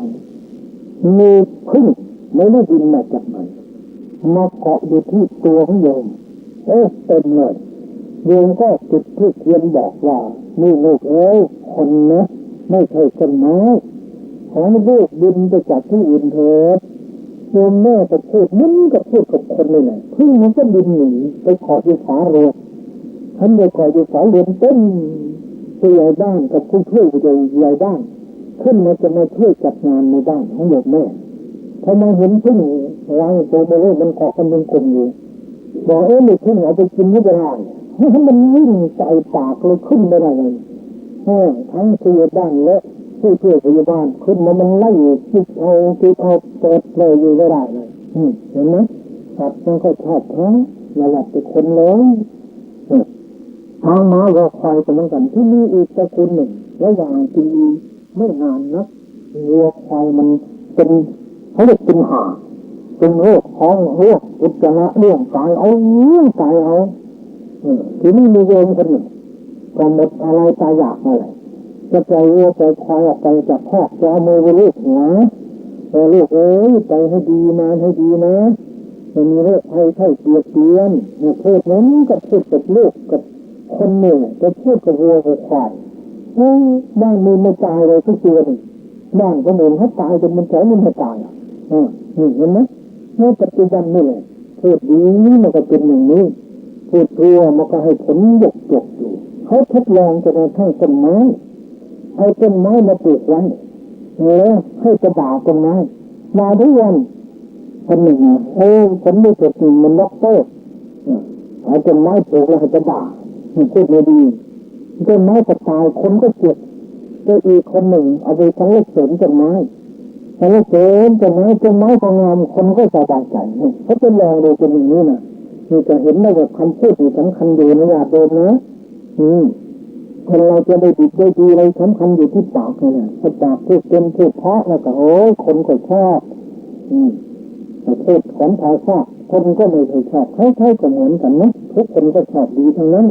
เมื่อเราชอบดีเราก็ควรจะพูดดีๆกันนะดีเกิดจะพูดดีๆนะทีนี้อีกเรื่องหนึ่งบุตรเศรษฐี4 คนในกรุงพาราณสีนั่นอดีตการที่เราในของโลกปัจจุบันนี่แหละชีวิตเราทั้งหลายนี่แหละในอดีตในกรุงพาราณสีมีบุตรเศรษฐี4 คนพอกันออกจากพระนครไปพบทานเนื้อคนในเนื้อมากมันทุกต้นยานมาเพื่อจะขายในพระนครจึงขอขึ้นเนื้อนั้นบุตรเศรษฐีคนที่1ผู้ขอว่าทานจงให้ขึ้นเนื้อแต่เขาว่าทานก็ตอบว่าธรรมดาที่จะขออะไรจากคนหนึ่งควรพูดแต่คำที่น่ารักแต่ว่าจาของท่านมันอยากจริงๆเป็นเหมือนพังผืดเพราะฉะนั้นเราให้ขึ้นเนื้อที่เป็นพังผืดอันไม่มีรสชาติจะท่านเนี่ยเห็นไหมพูดไม่ดีก็ได้ทานเขาไม่อร่อยไม่ดีเหมือนกับคำพูดนะบุตรเศรษฐีคนที่2พูดว่าพี่ชายให้ขึ้นเนื้อเกิดฉันบ้างให้ขึ้นเนื้อเกิดน้องบ้างทานแต่จะจะหายคำพูดที่ว่าที่ชายที่หญิงจะเป็นอวัยวะเพราะเป็นขึ้นกับอวัยวะของมนุษย์ทั้งหลายในโลกเพราะฉะนั้นเราให้ขึ้นเนื้ออันสมควรแก่วาจาของท่านจึงให้เนื้ออันเป็นอวัยวะแก่เขาเห็นไหมพูดดีหน่อยก็ไม่ดีขึ้นไปบุตรเศรษฐีคนที่3พูดว่าพ่อโปรดให้ขึ้นเนื้อแก่เลือดว่างทานแต่ว่าบุตรเมื่อเรียกว่าพ่อย่อมทำหัวใจของพ่อให้หวั่นไหววาจาของท่านเช่นกับหัวใจสหายเราจะให้เนื้อหัวใจแก่ท่านดังนี้แล้วได้ให้เนื้ออันอร่อยพร้อมกับเนื้อหัวใจแก่เขาบุตรเศรษฐีคนที่4พูดว่าสหายท่านจงให้ขึ้นเนื้อแก่ข้าพเจ้าบ้างพร้อมแต่ว่าสหายผู้ใดไม่มีในบ้านนั้นของผู้นั้นก็เป็นเหมือนป่าที่ไม่มีมนุษย์นั่นเองวาจาของผู้นั้นเป็นเช่นกับสมบัติทุกอย่างของตนเพราะฉะนั้นเราจะให้เนื้อซึ่งเป็นของเรานี้พร้อมทั้งยานน้อยทั้งหมดแก่ท่านดังนี้ได้ขับยานน้อยไปเรือนของบุตรเศรษฐีนั้นพร้อมกับเขาเมื่อบุตรเศรษฐีก็ได้ทำสักการะและนับถือแก่พราหมณ์นั้นได้เชิญบุตรภรรยาของเขามาปลดเปลื้องออกจากการงานของพราหมณ์ให้อยู่ในท่ามกลางกองทรัพย์ของตนได้เป็นสหายที่มิตรแตกร้าวกันกับพราหมณ์นั้นตลอดชีวิตพูดดีและเป็นอย่างนี้ละญาติโยมนะเราจะพึงเห็นได้ว่าพูดดีก็ดีโดยลำดับได้อะไรก็ดีๆทั้งนั้นดังนั้นเรื่องสตรีผู้รักษาสัจจะในการก่อนมีสตรีนางหนึ่งไม่ได้ให้ทานไม่ได้ทำการบูชาไม่ได้ฟังธรรมเลยมีแต่รักษาเพียงคำสัตย์อย่างเดียวตายแล้วไปบังเกิดในเทวโลกพระมหาโมคคัลลานะจาริกไปในเทวโลกยืนอยู่ใกล้ประตูวิมานของเทวดานั้นถามว่าเธอทำบุญอะไรไว้จึงได้สมบัติมากเช่นนี้นางเทพธิดานั้นเรียนท่านว่าบุญนี้ฉันได้เพราะรักษาคำสัตย์เพียงอย่างเดียวเท่านั้นพระเถระมาถวายบังคมพระบรมศาสดาทูลถามว่าพระเจ้าข้าบุคคลอาจได้ทิพย์สมบัติด้วยคนเพียงพูดแต่คำสัตย์อย่างเดียวเท่านั้นได้หรือไม่พระศาสดาตรัสว่าโมคคัลลานะเหตุไฉนเธอจึงถามเราไอ้ความข้อนี้เทพธิดาบอกแก่ท่านแล้วไม่ใช่หรือตกลงก็เป็นจริงอย่างนั้นทั้ง4 เรื่อง5 เรื่อง6 7 เรื่องที่ได้นำมาชี้แจงให้เห็นอย่างเด่นชัดแล้วในบัดนี้ว่าคำพูดไม่ดีนั้นมาแต่โทษไม่มีประโยชน์ไม่เป็นมงคลเลยส่วนคำพูดที่ดีเป็นสง่าราศีแก่ตัวนั้นมาแต่บุญกุศลเป็นสิริมุ่งมงคลแก่ตนทั้งภพนี้และภพหน้าเพราะฉะนั้นควรที่ทุกคนจะพากันพูดแต่วาจาดีๆไม่ควรพูดวาจาที่ไม่ดีเลยเพื่อเป็นตัวอย่างแก่อนุชนรุ่นหลัง ในเพื่อประโยชน์เกิดผลแก่ตนเองทั้งในโลกนี้และในโลกหน้านี้จะแสดงให้เห็นว่าเรื่องมงคลต่างๆเป็นของจำเป็นมากที่เราท่านทั้งหลายจะได้สอนลูกสอนหลานให้พากันตระหนักอยู่ในมงคล38ประการคือเรียนให้รู้ดูให้จำทำให้จริงทุกสิ่งก็จะอำนวยผลให้เราได้มีความสุขความสบายทั้งพ่อแม่พี่น้องปู่ย่าตายายลูกหลานหลานนะถ้าทุกคนมีมงคลติดตัวแล้วท่านเหล่านั้นก็จะมีแต่ความสุขความเจริญมีแต่ความรุ่งเรืองงอกงามไพบูลย์ในศาสนาด้วยแล้วจะอยู่ครองบ้านครองเรือนก็มีความสุขด้วยเพราะอะไรเพราะเรามีมงคลติดตัวของเราจึงได้ชื่อว่ามงคลชีวิตมงคลชีวิตติดไว้ติดตัวมงคลชีวิตติดไว้ติดใจของเราเมื่อทุกคนมีมงคลชีวิตเป็นเรือนใจอย่างนี้แล้วก็เชื่อเป็นผู้มีเพชรในดวงใจหรือว่าเป็นคนใจเพชรเพราะเหตุไรเพราะเป็นผู้มีมงคลติดตัวลักษณะของคนที่มีมงคลติดตัวนั้นท่านกล่าวว่าตกน้ำไม่ไหลตกไฟไม่ไหม้เป็นนักเสียสละเป็นคนสามัคคีมีหมดทุกอย่างเสียสละสามัคคีมีสัจจะมีวินัยใจเยือกเย็นเป็นบัณฑิตจิตผู้ตายคลายทิฏฐิดำมิชอบขอกุศลสันนันนี่ถ้าคนมีมงคลติดตัวติดใจแล้วลักษณะของคนนั้นจะเป็นคนเหมือนกับมีเพชรอยู่ในดวงใจเป็นคนใจเพชรมีเพชรในดวงใจเพราะเหตุไรเพราะมีมงคลติดตัวคนมีมงคลติดตัวเพราะก็ต้องตัวเสียสละได้เท่านั้นเสียสละยังไม่พอสามัคคีสามัคคียังไม่พอมีระเบียบมีวินัยแล้วก็มีสัจจะพูดจริงทำจริงเหมือนดังที่กล่าวมาแล้วนอกจากนั้นเขาจะเป็นคนใจเยือกเย็นเพราะอะไรจึงเย็นเพราะเขาเป็นบัณฑิตบัณฑิตก็คือดำเนินชีวิตไปในประโยชน์ทั้งสามเห็นประโยชน์ทั้งสามสำคัญกว่าอย่างอื่นสำคัญกว่าคนเชื่อทั้งหลายแหละที่โบราณท่า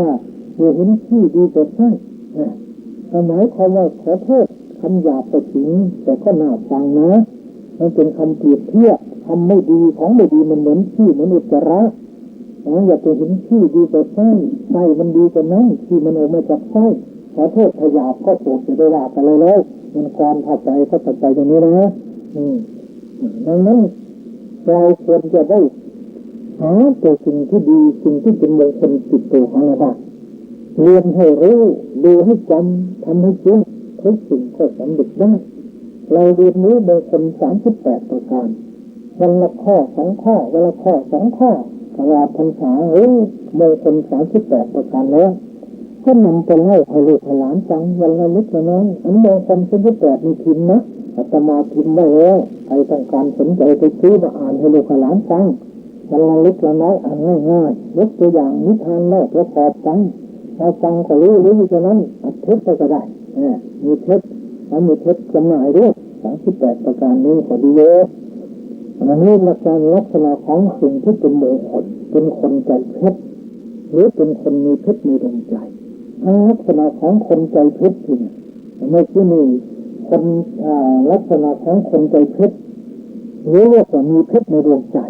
เป็นคนเสียสละสามัคคีมีสัจจะมีวินัยใจเยือกเย็นเป็นบัณฑิตจิตผู้ตายคลายทิฏฐิดำริชอบขอกุศลสันนันพวกนี้เขาจะไม่มีจิตคิดไปในทางต่ำเพราะเขามีมงคลติดตัวแล้วและนอกจากนี้เขายังเป็นคนที่ขยันเพราะเขาเป็นคนใจเพชรมีเพชรในดวงใจยังไม่พอใจเขาแข็งกล้าแกร่งในทางดีเหมือนกันกับเพชรถึงเขาอ่อนก็อ่อนเป็นถึงเขาแข็งก็แข็งเหมือนวิเชียรโบราณตลาดถึงเขาอ่อนให้อ่อนเป็นดังเส้นไหมเอาไว้ใช้ผูกเสือโค้งพยงเทียนถึงจะแข็งก็ให้แข็งดังนิเทียนเอาไว้เทียนตะกระจกเทียระไนถ้าคน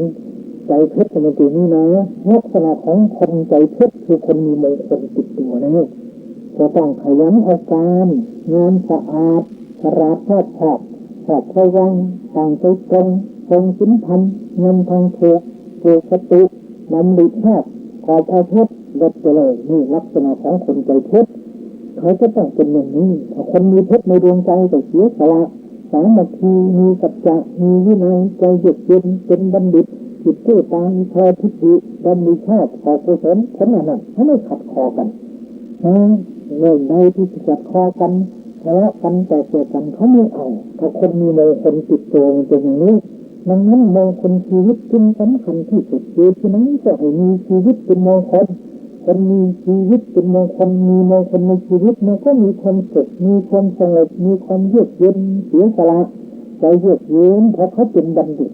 ที่สู้ตายในทางไม่ดีเขาสู้ตายเลยไม่เอาแล้วในทางดีเขาก็สู้ตายในทางชั่วเขาไม่เอาเขาไม่ทำตายจนตาย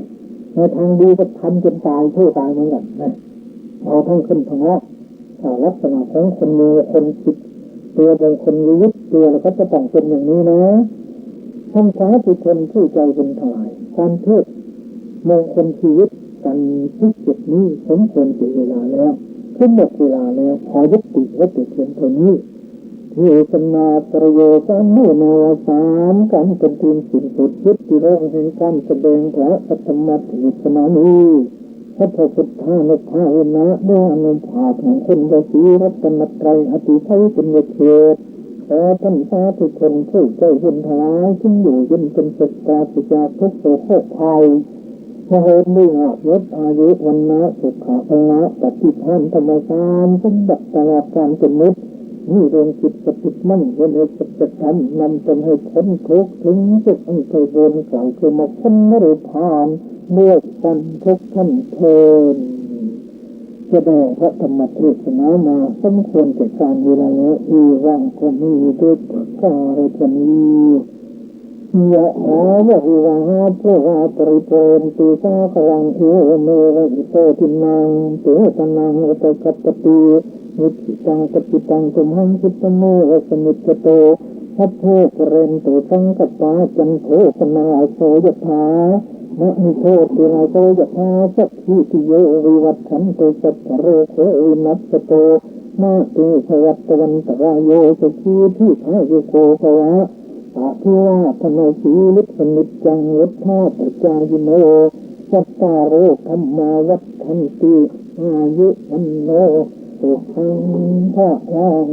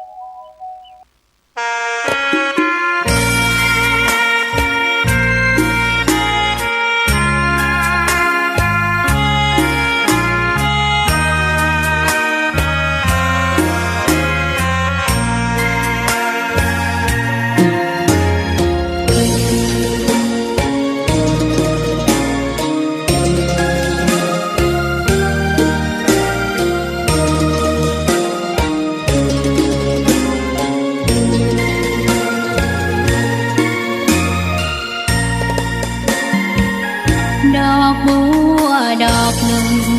ตึงใจไว้เพื่อบูชาแด่องค์พระศาสดา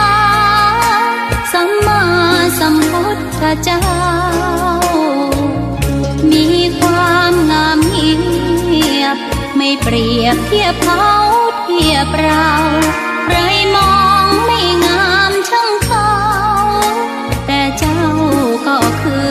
ดอกบัวด้วยความสัตย์ซื่อยึดถือความดีเป็นหลักใครรักไม่รักก็ไม่จมปลักมองมัวเมื่อโผล่พ้นน้ำก็เห็นความงามในตัวไม่ยึดติดในตมชั่วขอเป็นดอกบัวดอกดีใครไม่มองว่าบัวงามเด่น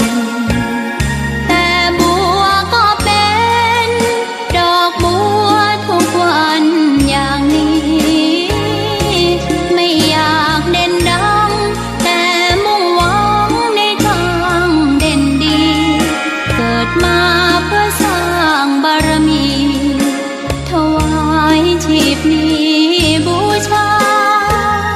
ดอกบัวดอกน้อยเฝ้าคอยคนที่ใจบุญมาโอบเอื้อเกื้อกูลรู้ค่าของบุญเก็บบัวขึ้นมาเพื่อสร้างความดีและสร้างบารมีดังว่าใช้ดอกบัวนี้บูชาพระสัมมาสัมพุทธองค์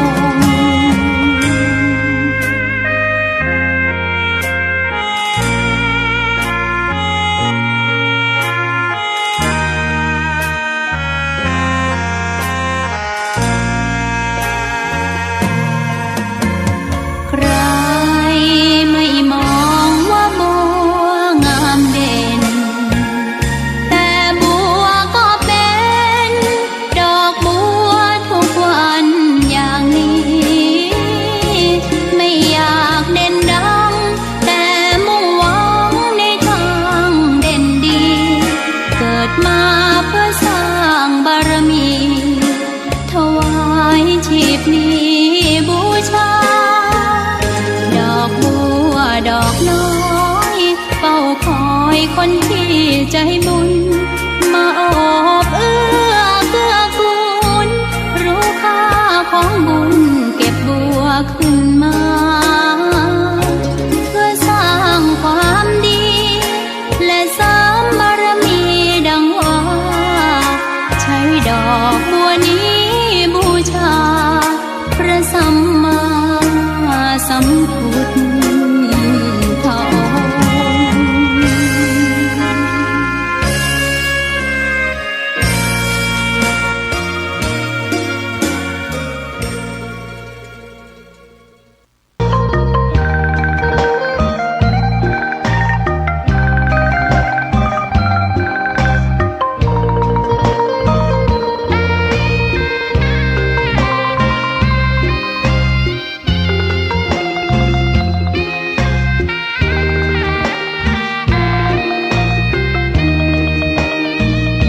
ชะตาฟ้าหรือบารมีชักนำถึงอยู่แสนไกลล้ำพระธรรมไม่มีมองไม่ฟ้าเพียงดินยังทวินฝันไฟเข้าดงขมิ้นเมื่อใดอิ่มอกอิ่มใจเสมอสายทางคนดีใจน้อมอธิษฐานบารมี สิ่งดีที่ได้พบเจอ เห็นชายผ้าเหลืองทุกวันฝันเพ้ออยากบวชจริงละเมอเข้าวัดบ้านคงเป็นบุญที่เคยเป็นทุนสร้างมารักผ้าเหลืองดังว่าปรารถนายึดมันอยากบวชทุกทีผ้าเหลืองผืนนี้ผูกพันอยู่ในใจทุกวันใฝ่ฝันถึงผ้าเหลืองกายวาจาใจสัญญาว่าไม่เสื่อมคลายหัวใจมุ่งหมายเนืองๆไม่มีอะไรมากันให้คุณคืนศรัทธาผ้าเหลืองบวชเป็นเรื่องใหญ่เราวันรอคอยเข้าโบสถ์ได้บวชเสียทีเป็นคนสุขเต็มที่ตามรอยความดีพระพุทธเจ้าไม่ลืมบุญคุณพ่อแม่การุณเลี้ยงเราผ้าเหลืองห่มกายคลายเศร้าพ่อเราแม่เราศรัทธาสุขใจจริงๆเป็นชายแต่หัวใจสิงพูดจริงทำจริงทุกคราทุกคืนทุกวันผ้าเหลืองพันผูกกายาโอ้น้องวาส นาพระธรรมนำพาชีวิต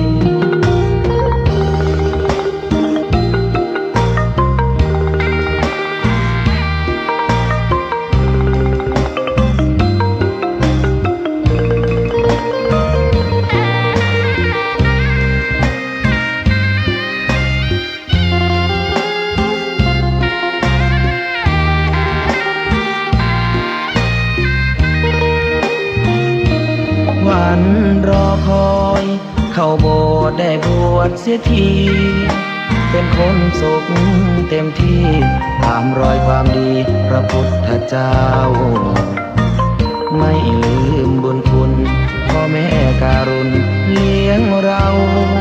ผ้าเหลืองห่มกายคลายเศร้าพ่อเราแม่เราศรัทธาสุขใจจริงๆเป็นชายแต่หัวใจสิงพูดจริงทำจริงทุกคราทุกคืนทุกวันผ้าเหลืองพันผูกกายาโอ้น้อวาสนาพระธรรมนำพาชีวิต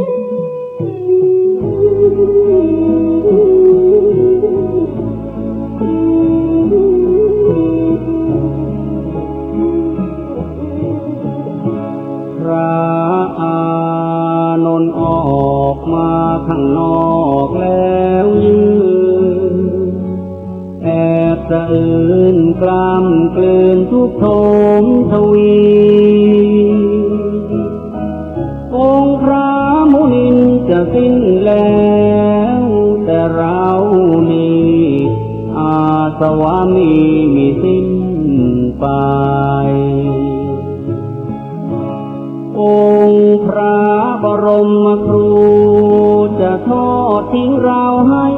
อยู่อย่างเดี